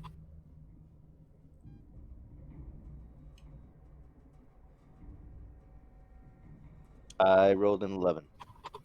An 11. You cup your hand around your own lantern so the light from it doesn't obscure anyone who's approaching, and you squint down the hall, but you do not see anybody. Guys, there's somebody here. What do you mean? I just heard some footsteps From where? from out here. Down the hallway? Do you see anybody? I see nobody. hmm. Do I still hear the footsteps? As you peek into the room to talk to your two companions and peek back out to of the hallway to look in the direction it was, it sounds like it's stopped. I think they stopped. Stopped or are no longer in distance that we can hear? I don't know. Oh, Okay. Yeah. Curious. I'm gonna Uh, put this uniform in my bag. Take it with me. Alright, you fold the outfit back up and stuff it in your pack. Meantime, I unholster my revolver, which I had up until this point not taken out. Alright, I- you all hear a single button pop open, and Billy is now armed. I latch my lantern towards the side of my belt that's away from navigation, and I take out my wrench. Yeah! It is like prey. You've done it. I did it! I surpassed prey, I had a wrench! Any... I'm This is what the gonna. video game industry doesn't want you to know. Any game with a wrench is prey. Yeah, that's right. I did this Sorry to interrupt you, specifically for Harry. you to top prey, Max. Thank you very much. This was a You joint are effort, welcome. actually. That's where the session ended. We Mike peaked. and I, we conspired this whole time just so that we could have that moment, and now we're all done. We're That was done. it. It was. We It was. won, we beat D&D. The story was all about the wrench the entire time. Yeah. That's good. Oh, Alright, I sorry, need Harry, now you were the about to say something. explosive Yeah, canister. I was gonna say I'm gonna actually get my hold my rifle. Okay. You are all armed with your respective weapons, eyes towards the door. What do? Do you wait here to hear out the footsteps, or do you start moving in their direction? I mean, you guys. I feel like we don't really have a reason to believe that anybody here would be hostile. I'm not saying that we should just put our weapons away, but if we're hearing footsteps, we should perhaps assume that they might be survivors. They might need help. Yeah. I think we should move in that direction with the idea that while we're being careful, we're also looking to help. Yeah. Right. Yeah. I don't think we're gonna gain anything just by standing around here. Anyway, seems like there's just officers down here. Yeah. I nod in agreement, and then I kind of tilt my head in expectation of one of them leading on. Yeah. Oh, I'll take point. With my rifle in hand. Before Johnny can actually get through the doorway, Billy pushes him aside and jumps in front. Not saying that I'm Okay. going to be in front in the hallway. I just wanted to get out of the room first. Okay. Alright. I shake my head as I walk out last. Like a Black Friday shopper, Billy pushes you both out to get outside, and revolver in hand looks up and down the hallway before you two follow up behind. You guys are moving, I assume, in the same direction you were, not back towards the ship? Yeah? Correct. Yeah, back toward. Yeah. We're moving towards the sound of the footsteps. Okay. You guys walk for a while, keeping your ears attuned despite the still slightly lingering pressure you felt earlier. You don't hear any more footsteps while you travel, but you do come across, finally, a door that is already open. It is a large double door, unlike any two that any room that you've passed so far. And out of it comes this bright, bright white light. But like blinding bright, or just like Well, you're, not exactly in front of the door yet. You're, approaching it from the hallway. So it seems bright, but not like flashbang bright. Certainly not. yeah. I want to cautiously approach the edge of the door and poke just enough of my head around that I can get a quick glimpse of what's inside the room, and then I'm doing this with the intention of like, if there's not somebody there that's gonna attack me when I jump around the door, I want Johnny and me to take up positions on either side of the door before we go in. Okay. Give me some kind of stealth and roll then, please. Okey-doke. we know historically Pem is great at stealth. Awesome at it. I'm gonna say what stealth is. What precision? Do you Caution? think? Caution. Sure. Yeah, let's do caution. Caution. Caution would definitely make sense, yeah. Which is my only negative modifier, so that's great. Unfortunate. 10. Yeah, you're not a caution guy. You're used to pulling out the revolver and getting to work. That's right. Oh, hang on. It's 2d10, isn't it? Not just a 1d10. Mm-hmm. So What'd you another get? one to that. With the extra 4, I got 11. Oh, you're both stealthing up? Yep. Okay. Whoa. I thought sounded that's like what the kinda plan. figured- Oh, I kinda thought that's figured what that since he Pim was starting to- saying was Well- that we were both heading up to the door. My idea was I'm gonna get to the door first and just take a quick glimpse inside, and if there's no Yeah, that's what I active was- hostiles, then you Okay. and I are gonna surround the door on either side. Right. okay. Sounds good. Sorry, So- I just misinterpreted No, that's okay. that. Yeah, Pem, what did you get? Shit, what did I get? I rolled a 10. All right. Your footfall is a little heavy. This entire station seems to be made of metal, so, as you try and be as quiet as you can, it is still a little loud. You peek your head around into this room. It looks like some kind of rest room, not like bathroom restroom, like a rest area. Mm. There's, several large round tables with a bunch of chairs around it. And there is one person in this room hunched over one of them. They seem like they're wiping it down. They've got a rag in hand, they're going in circles around it. They do not seem to have noticed you though. Okay, I'm gonna take up a position on the other side of the exterior of the door, so not going inside the room, but so that Yeah, you Johnny and I can quickly be on dash opposite to sides the of it. other side. Yeah. Johnny, now if you would like to go ahead and Yeah. roll. Yeah, well, I'll just use that roll from before that I rolled, that 11. Okay. Yeah, with an 11, you as well are able to take up the place where Billie was, and the person inside seems none the wiser. And where's Larry right now? He's back I don't watching know. me too. Okay. Okay. Johnny, which one of us should be the one to call out to this dude? Because I think I'm gonna call out to him. Yeah, you're probably Okay. the better one at calling out. Excuse me. Hey. When you do that, are you still, sort of I'm against the wall, or do yeah, you stand I'm in the doorway now? No, I haven't actually moved. I've got my head looking into the room, but otherwise my body is basically still behind the wall. I've got the firearm kind of pointed at the ground, but ready for whatever. All right. The person inside, you can only see a silhouette with how bright the lights are. And the lights seem to come from, the back wall, not actually from the ceiling. Hmm. But the person stops wiping, all sort of one at a time, not fluid.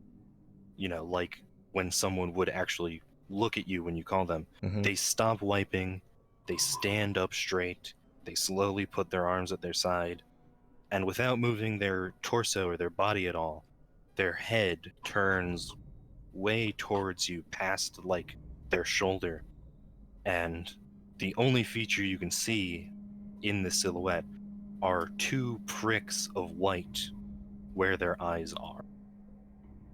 And they haven't responded vocally. No. They're not making a move to approach us right now? Nope. They just stand at the table looking towards the door. Not even focused on, your head peeking around, just at the door as though they still haven't really noticed you're there. Yeah. Okay.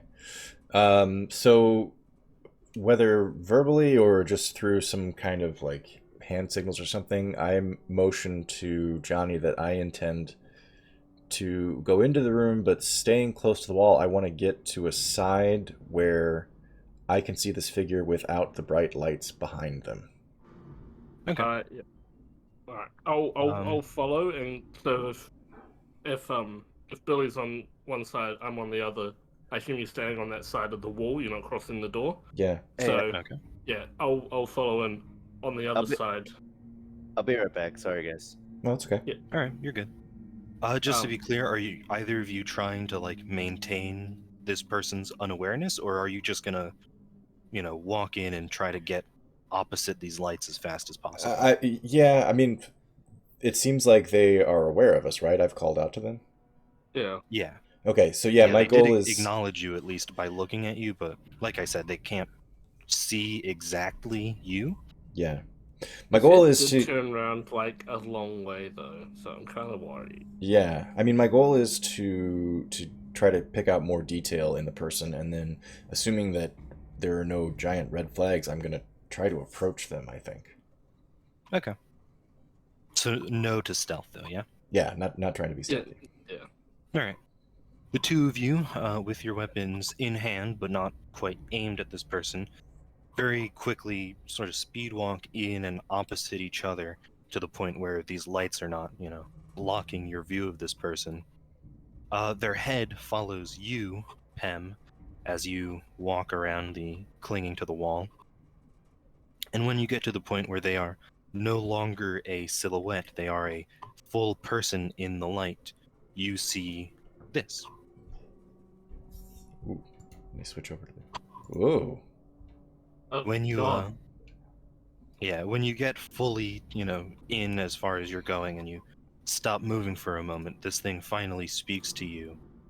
And it moves its mouth, but it doesn't seem to be actually synced with what it's saying. It's like Mm. watching a, Chuck E. Cheese robot or Mm-hmm. something. And it says, "Hello. The cafeteria is not currently open, but we will be beginning service soon. Please wait just a moment outside." Are we familiar with, like, does this seem like a standard Android service robot type thing that we would be like, oh, it's one of those that everybody owns, but or is this like a weird freaky thing to us? How old are both of you? Um, So can like Roughly. I You don't have to can give I me, roll for it? like 20s. Yeah, sure. If you want, go ahead. I'm gonna roll let's see, I'll roll 10d6 and see what I'm gonna be. Sounds reasonable. Don't get on ones, because then you're a 10-year-old pilot. I was gonna say I'm like probably mid to late 20s. I'm 36 Okay. apparently. 20s and 36. All right, so both of you have very, distant childhood memories of when your parents or the people around you owned things like this, but at this point, this is well dated technology. Okay. It'd be like, you or I watching a Let's Play recorded on a Game Boy. Okay. But there's no.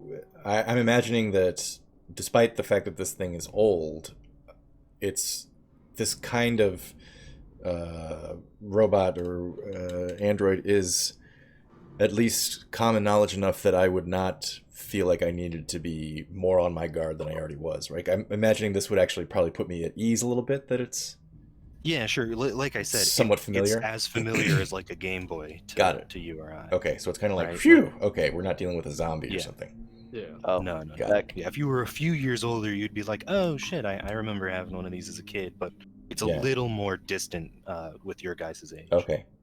And Tanom, did I just hear you say you're back? Yeah, sorry about that. Okay, no problem, dude.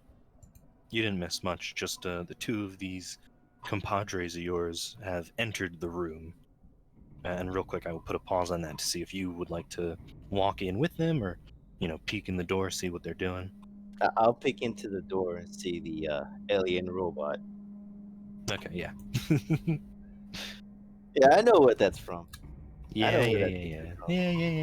Look, man, I'm. Where am I gonna get art of a mildly creepy robot? Okay. It is a pretty I- creepy robot. I take where I can. So yeah, you peek in, you see, from your perspective, this silhouette against these bright lights, and your two companions on either side of this figure.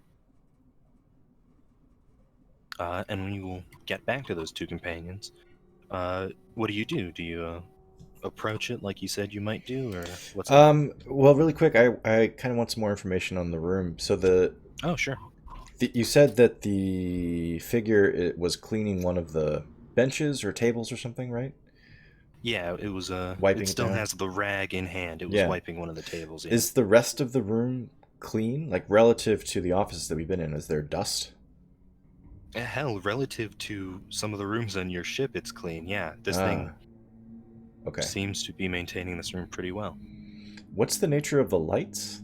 Is it more obvious what they are, or is it still just bright wall lights that we Yeah, can't? now that you are in, you can see the lights in this area, the cafeteria itself, are damaged, like in the hallway, but there are, like slits that seem to uh, be part of the kitchen, and the kitchen's lights are still on and are very bright and stream in through those slits. Hmm. Hmm. I'm giving Johnny a look like, what do you want to do? I don't think it's gonna be a hostile. Well, I don't know. Maybe if we start poking around, it might be hostile. But I don't think it poses an imminent danger to us. Okay. Being a cafeteria, I don't really think there's much to probably gain from it. Like, I don't know if we can ask it some questions and work out. I think we need to ask it some questions. Yeah. Yeah.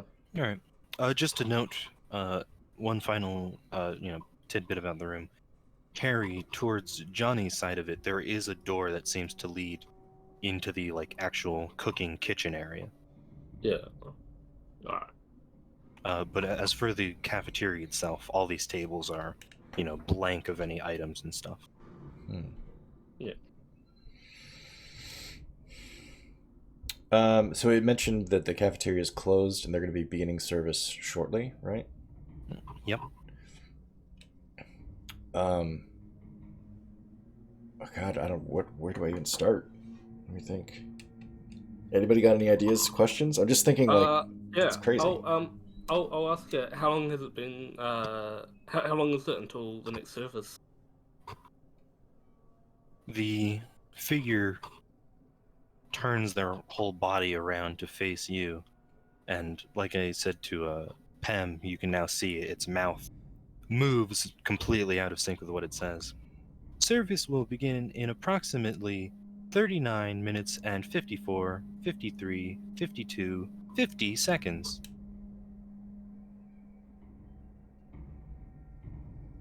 What's on the menu? All right.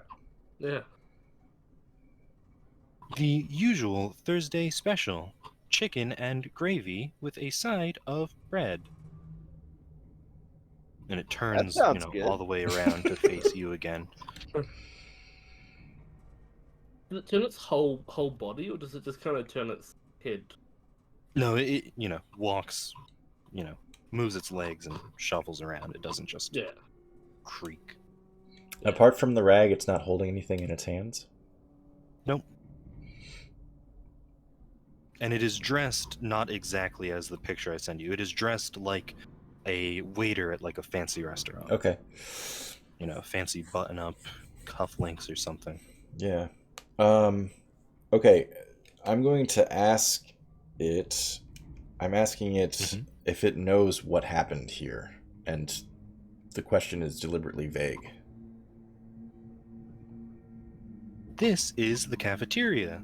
Generally, only eating happens here, and it says happens here in your voice, as though it was filling in lines it doesn't have. Oh, I see. Okay. So it's like it's spitting my own audio back at me, essentially. Yeah. Okay, That's kind of creepy. that's off-putting. Yeah. Economical though. I understand that.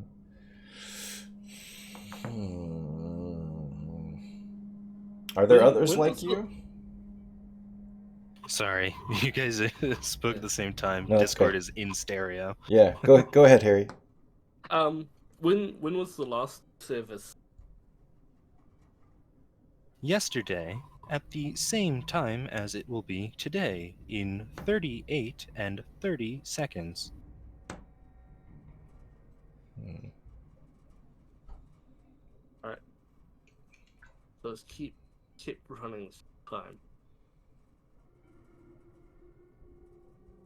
When was the last time you saw someone else? This time, it stares at you for a while, and if you listen carefully, you can almost hear this flicking sound as if it were literally going through files in its memory. And it eventually says, give me just 1 second, I gotta do some math here. Quick maths.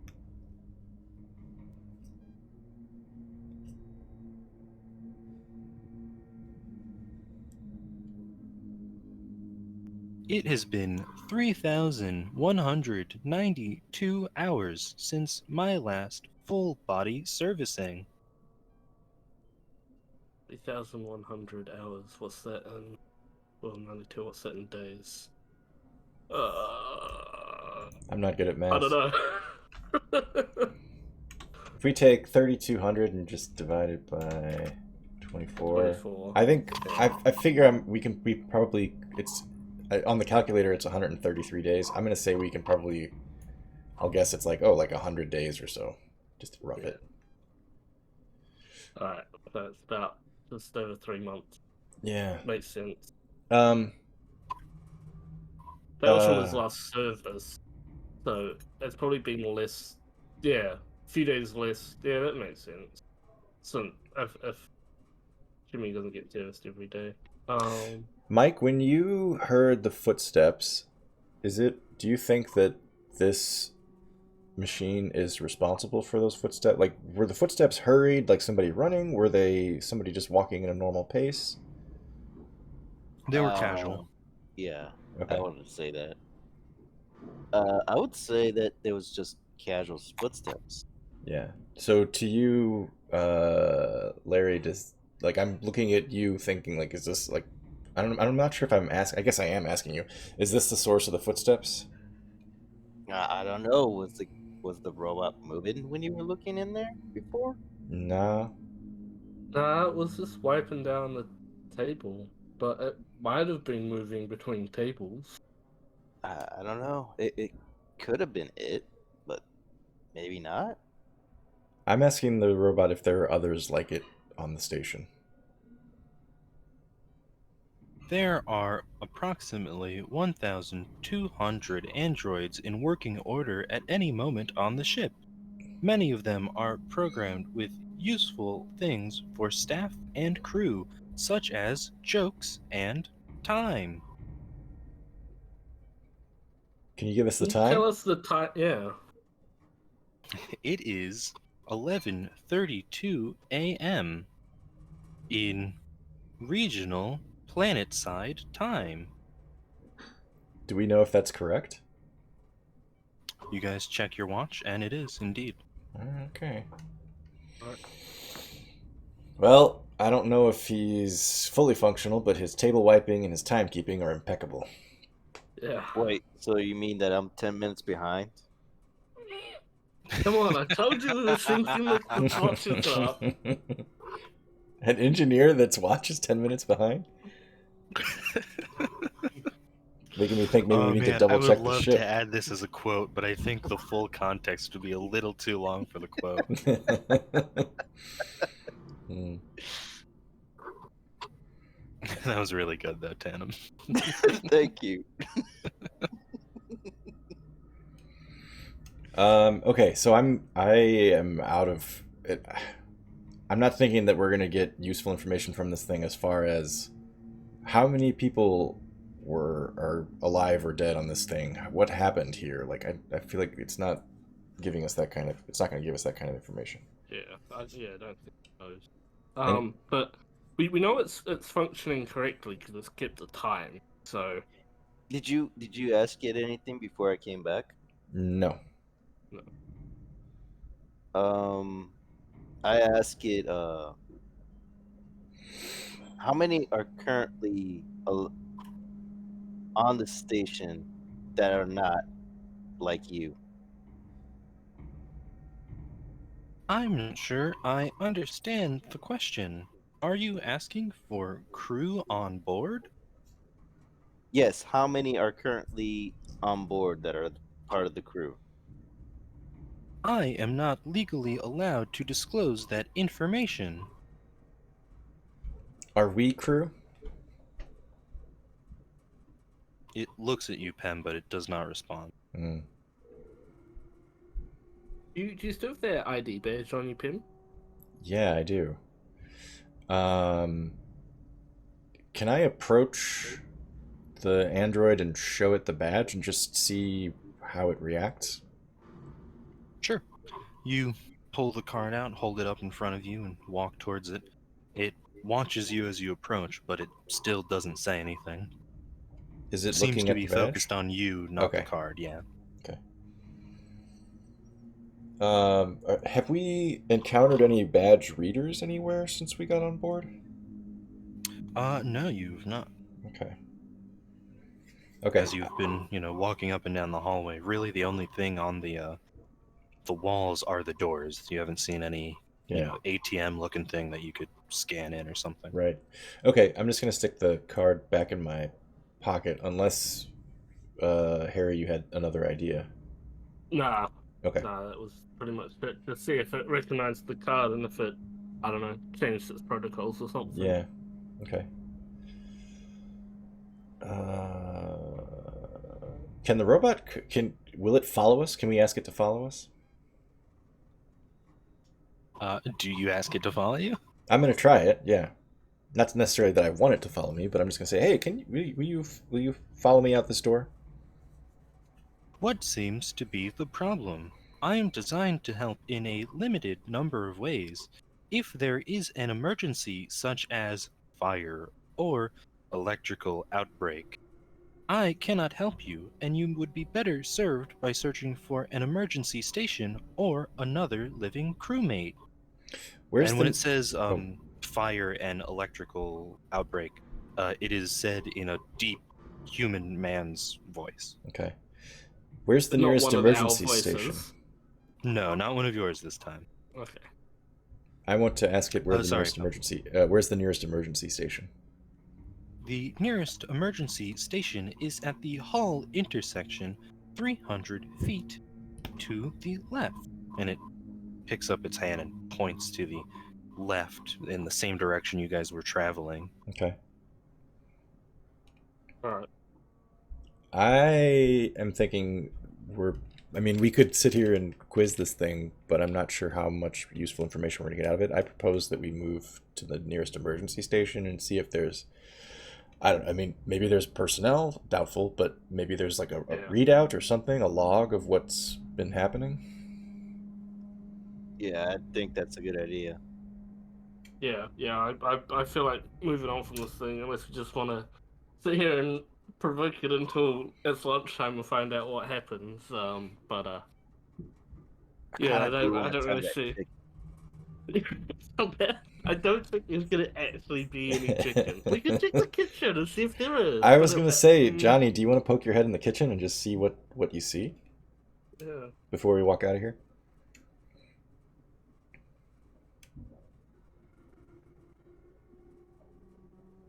Yeah. I'll have a look in. 'Cause I'm right by the kitchen door, aren't I? Yeah, it's on your side of the room. Yeah. I'll go into it. Well, assuming it's unlocked, does the door open? Yeah, you walk up to it and it's just, doesn't even have a handle. It's just one of those doors that swings both ways. So you push it open and look into a kitchen that seems as clean as the cafeteria. Everything, there's not, this thick layer of dust. There are still some pots and pans, like hung up in their spot, although most of them are scattered around the floor and seem to be heavily dented. Yeah. There are a few, tall cupboards that are closed, and the far end from the kitchen where you entered, there is this large refrigerator. All right. I'll go check the fridge and see if anything's in there. All right.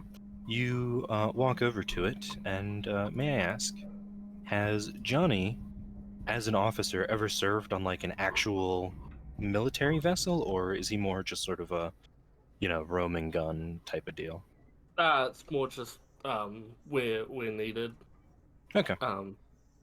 Yeah. So just from ship to ship, mission to mission, kind of. Yep, makes sense. You approach this refrigerator, and when you open it, you immediately see it is not just a normal refrigerator with like shelves and all.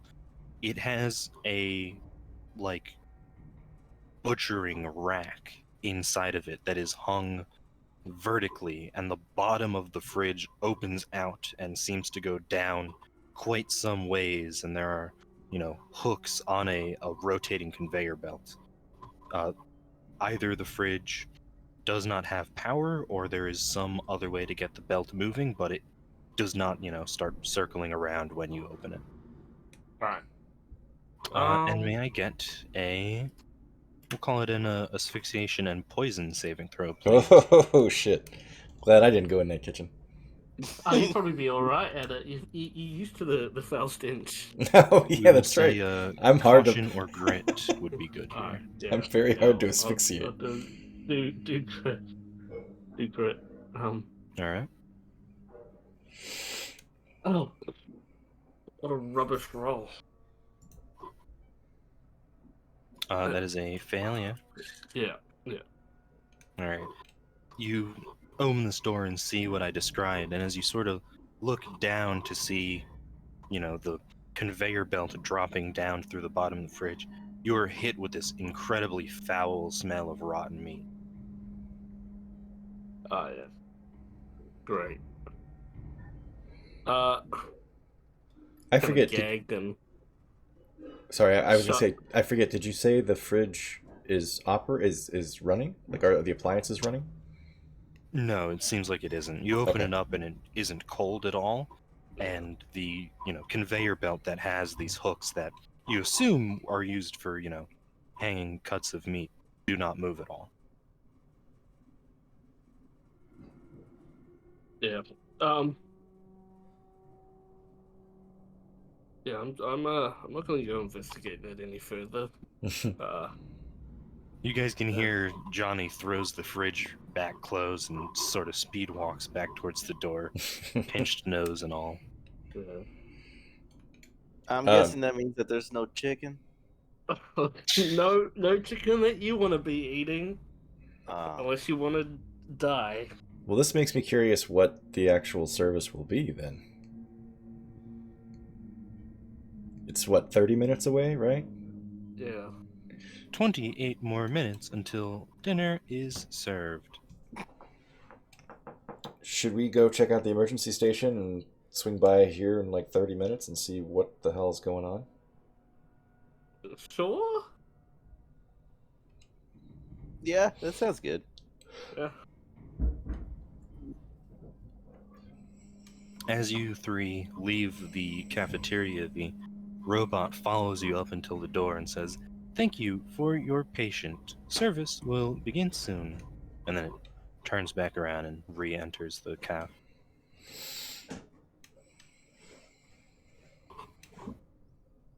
Alrighty then. Okay, so we can continue down the hallway toward the next, in the same direction we've been going, and look for the nearest emergency station. Yeah. Yep. Yeah.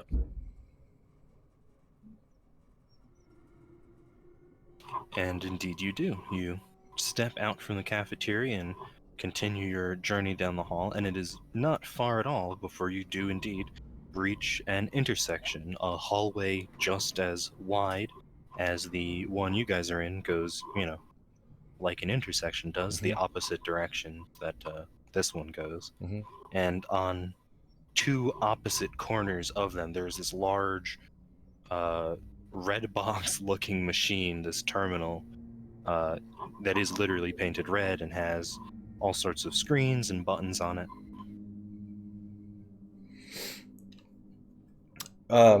Really quick, this intersection makes me wonder, do we know how, if we docked on the far end of the station, do we know how much closer we've gotten to, like, the ring area?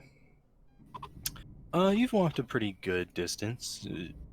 Judging by how I said this place is like a couple of city blocks, you've probably walked about like a third of the way. Okay, but this intersection isn't like one of the rings, for example. No, it is Okay. not.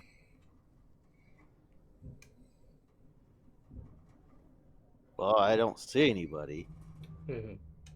Um, Which of us would be the best at handling this emergency station? Would it be the engineer or would it be the officer? Or I would imagine it'd be the engineer. yeah, Yeah. do you want to check it out, Larry?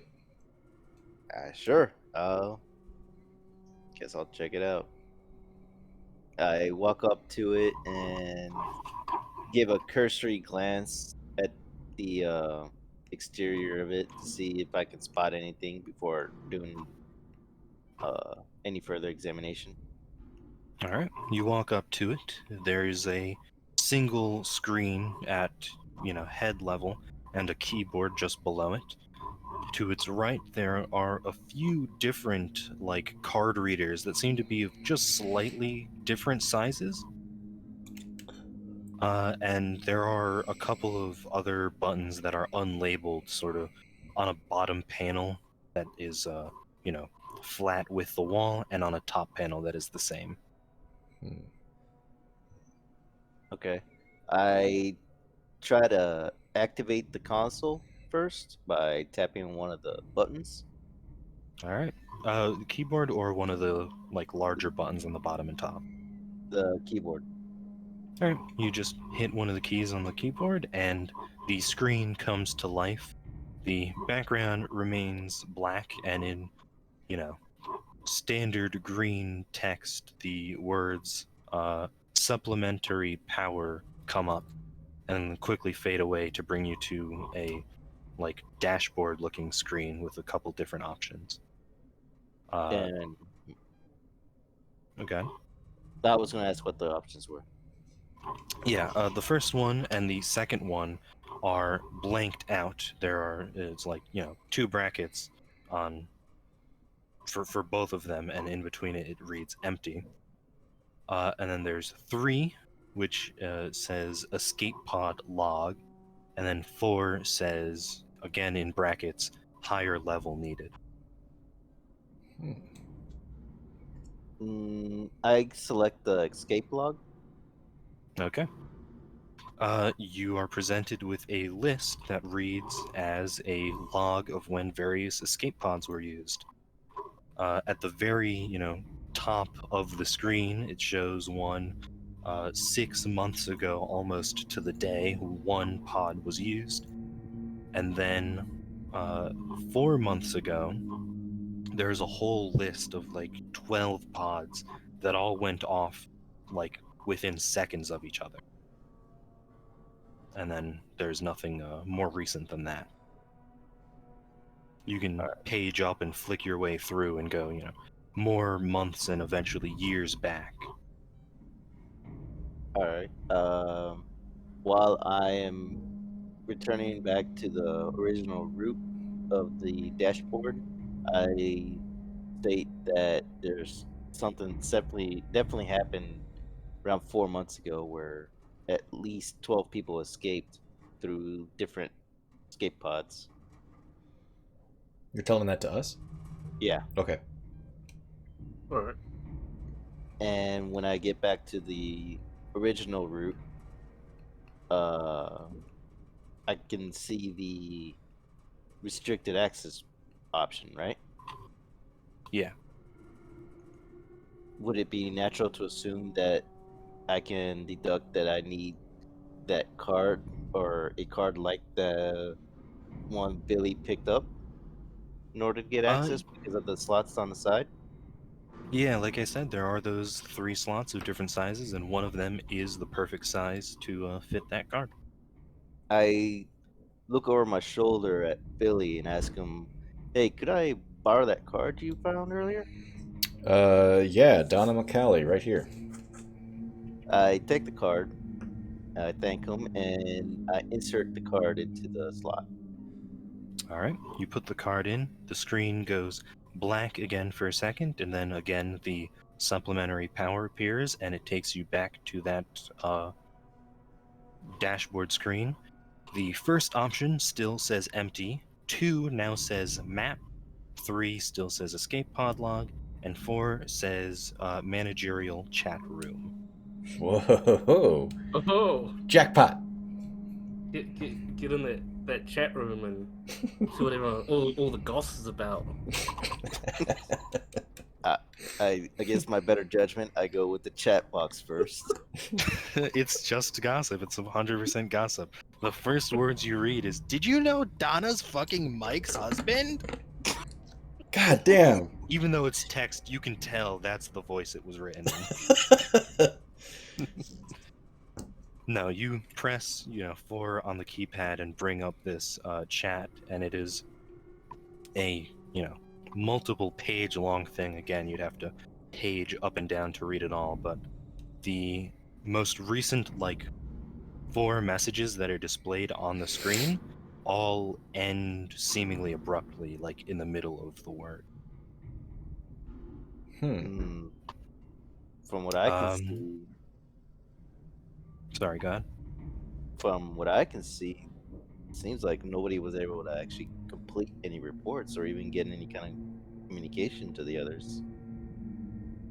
What do you mean, like something happened fast? It seems like it's like Just- they were trying to relay some kind of notice, but they all cut up. Each page that I see here. What's the? Yeah, Is sorry, there a timestamp on the messages? There is not. Okay. But Tanom, the thing I was going to say really quickly was these messages seem panicky as well. They don't just seem like casual messages that weren't finished before someone had entered. They are like, "What's going on?" Yeah, and there's no yeah. stuff I like that. kind of assumed that. My bad. Everyone get to sector A of ring, and there's no anything following that. Yeah, it's just something happened, guys. Just You know, everyone's panicked in these messages. Is there? Hey, really quick. You said everyone get to sector A of ring, and then it cuts off. Is that? Mhm. Do we know? I guess we don't. We haven't looked at the map yet. But I'm just gonna make a mental note that. Wait. I guess I'm not actually looking at it. So sorry. It's actually Mike that's looking at it. I think there's nothing stopping you from approaching it if you'd like. Yeah, I'm just gonna read over his shoulder, and I'm making a mental note about sector A and ring something. Mm-hmm. yeah. Okay. Seeing that there's nothing else to be gleaned from the most recent posts and the management conversation block, I go back to the original route and try to access the map. Okay. You press what was that, button 2, and it pulls up in that same green text color a map of the station.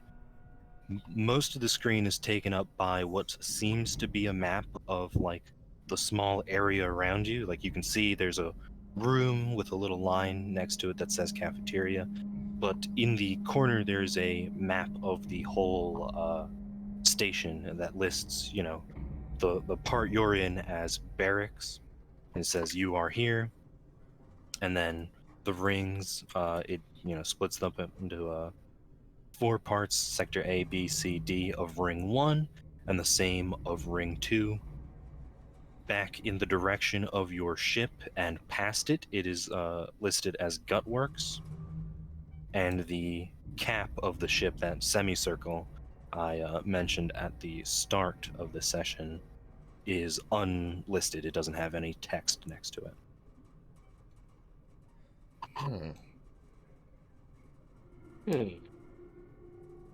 Well, there's 2 sector A's on 2 different rings. Mm-hmm.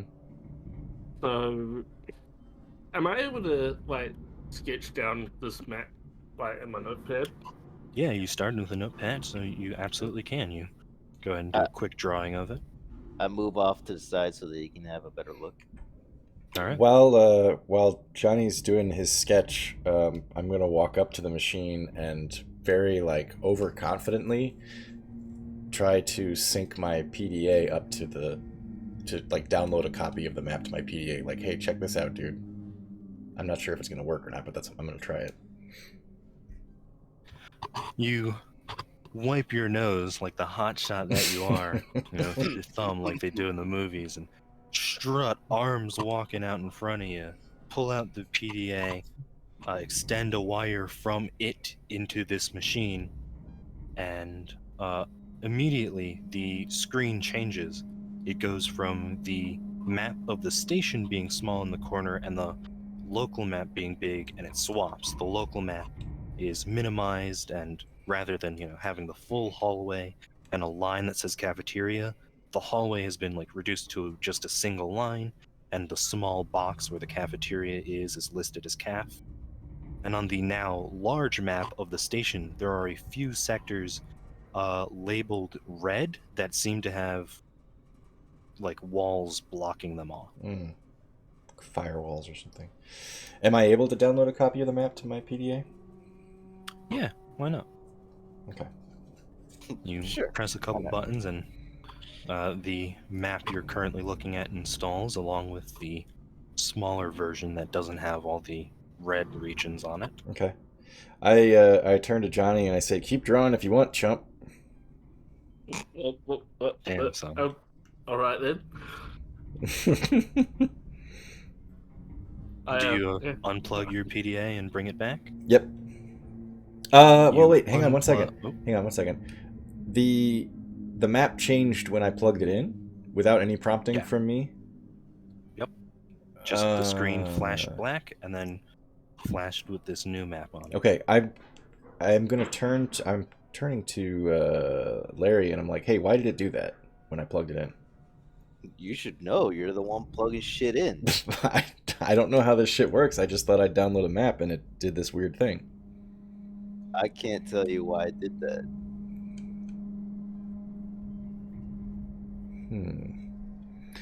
Yeah, I'm gonna go ahead and unplug it. You have both maps on there? Did I download both maps? Or did you just get one? I don't know.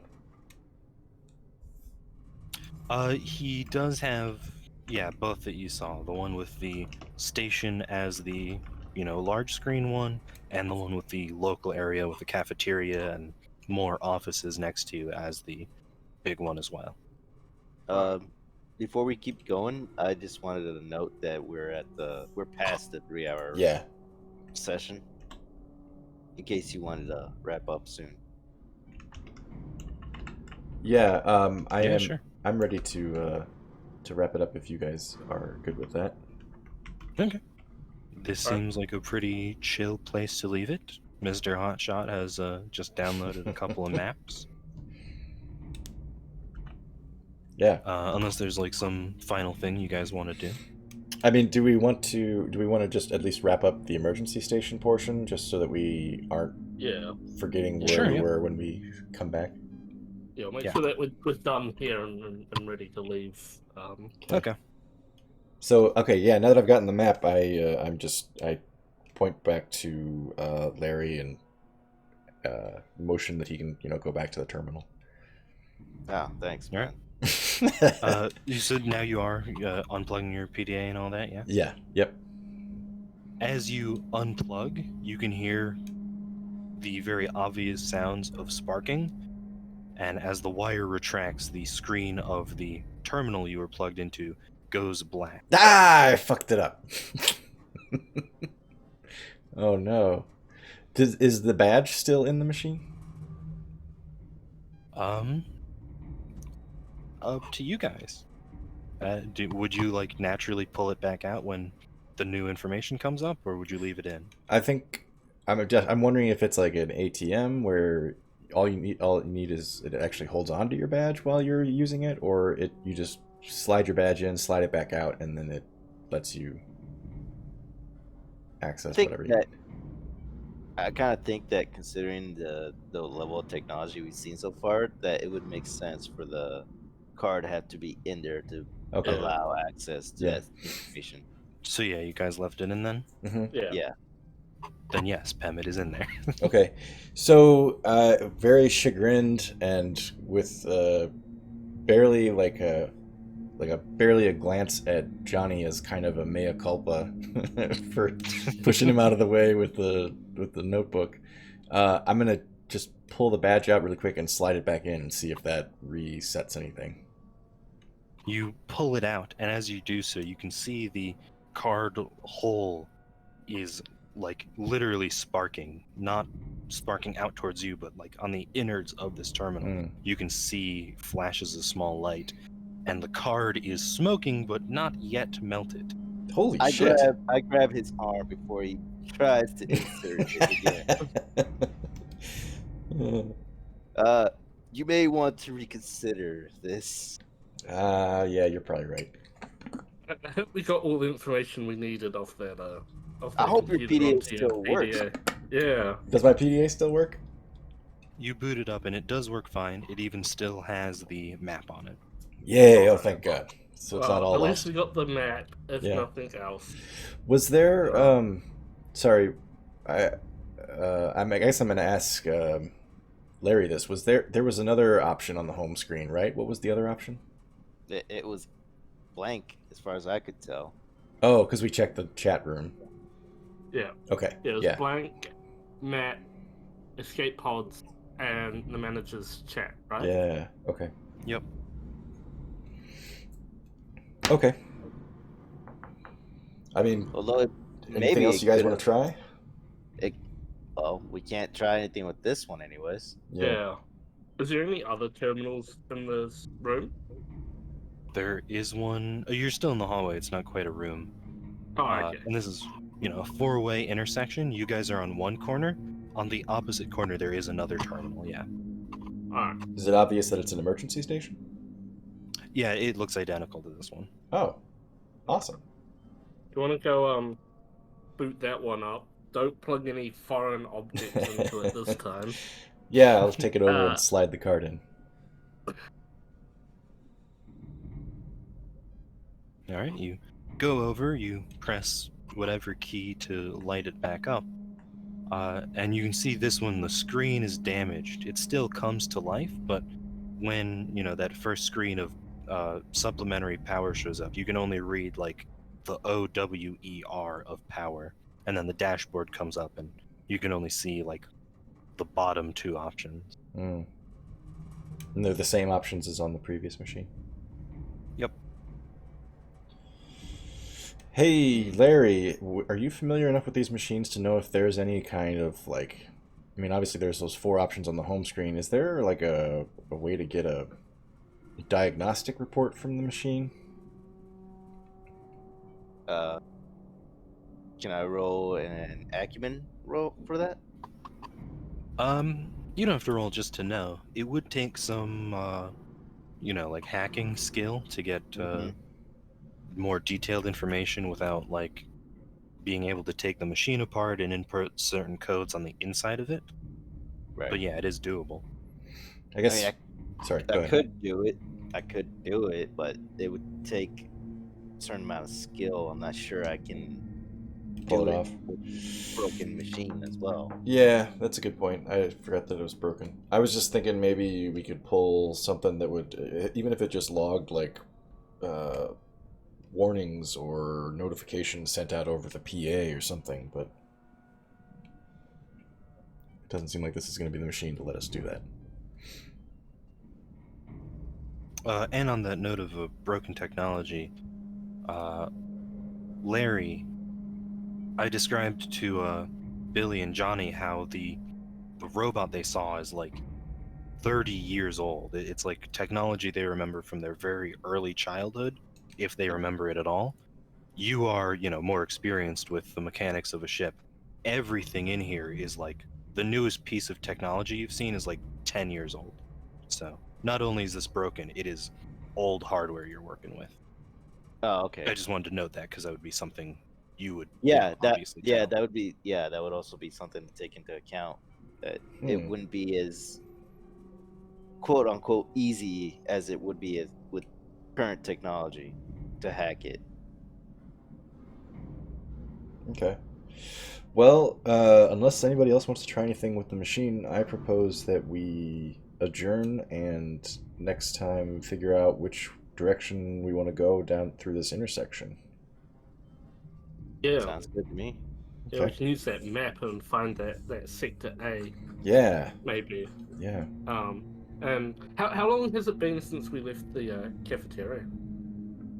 Like 15-20 minutes. Alright, Takes so a we little could while probably for the machines to load. Yeah. yeah. So we could probably head back to the cafeteria because by the time we get back there, it'll be time for Time for service. So we service. can actually see what's going Yeah. going on. That's a good idea. But, I forgot about yeah. that. We'll put that on the Okay. to-do for next time. Yeah. Here, I'm just gonna do one sentence for where we left off so we all remember. Mm-hmm. Yeah.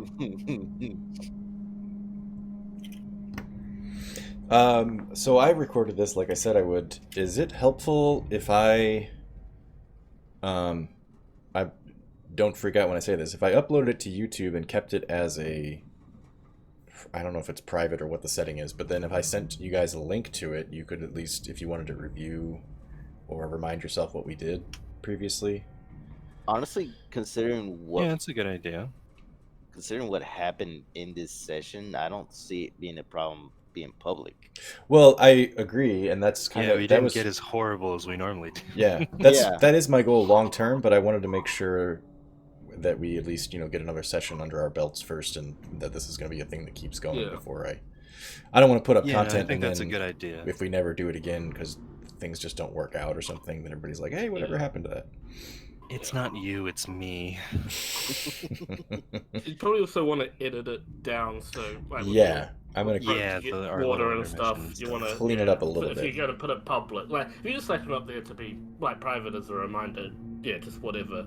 People can scroll through it. But if you're actually going to put it up there for other people Consumption, yeah. to listen or whatever, yeah, make Yeah, sure you'll probably want to pare it down a little bit. Yep. Yeah. Cool. All right. Well, But yeah, I'll do that then. Yeah. Cool. Sounds good. Okay. This is very fun, though. Thank you guys. Absolutely. for, Yeah. Thank you, for this. Max. Max, thanks so That was much for good. putting this together. Thank you, Mike, for doing most of the logistics behind the scenes, getting everybody on the same page, and thank you, Harry, for making the time. Yeah. No, it's fun. It's good. It's been a blast, and I look forward to setting up another time where we can do this soon. Yeah. Awesome. Yeah. All right, y'all. Have a good rest of your weekend. I will talk to you later. All right. Later. You too. Then take Bye. care.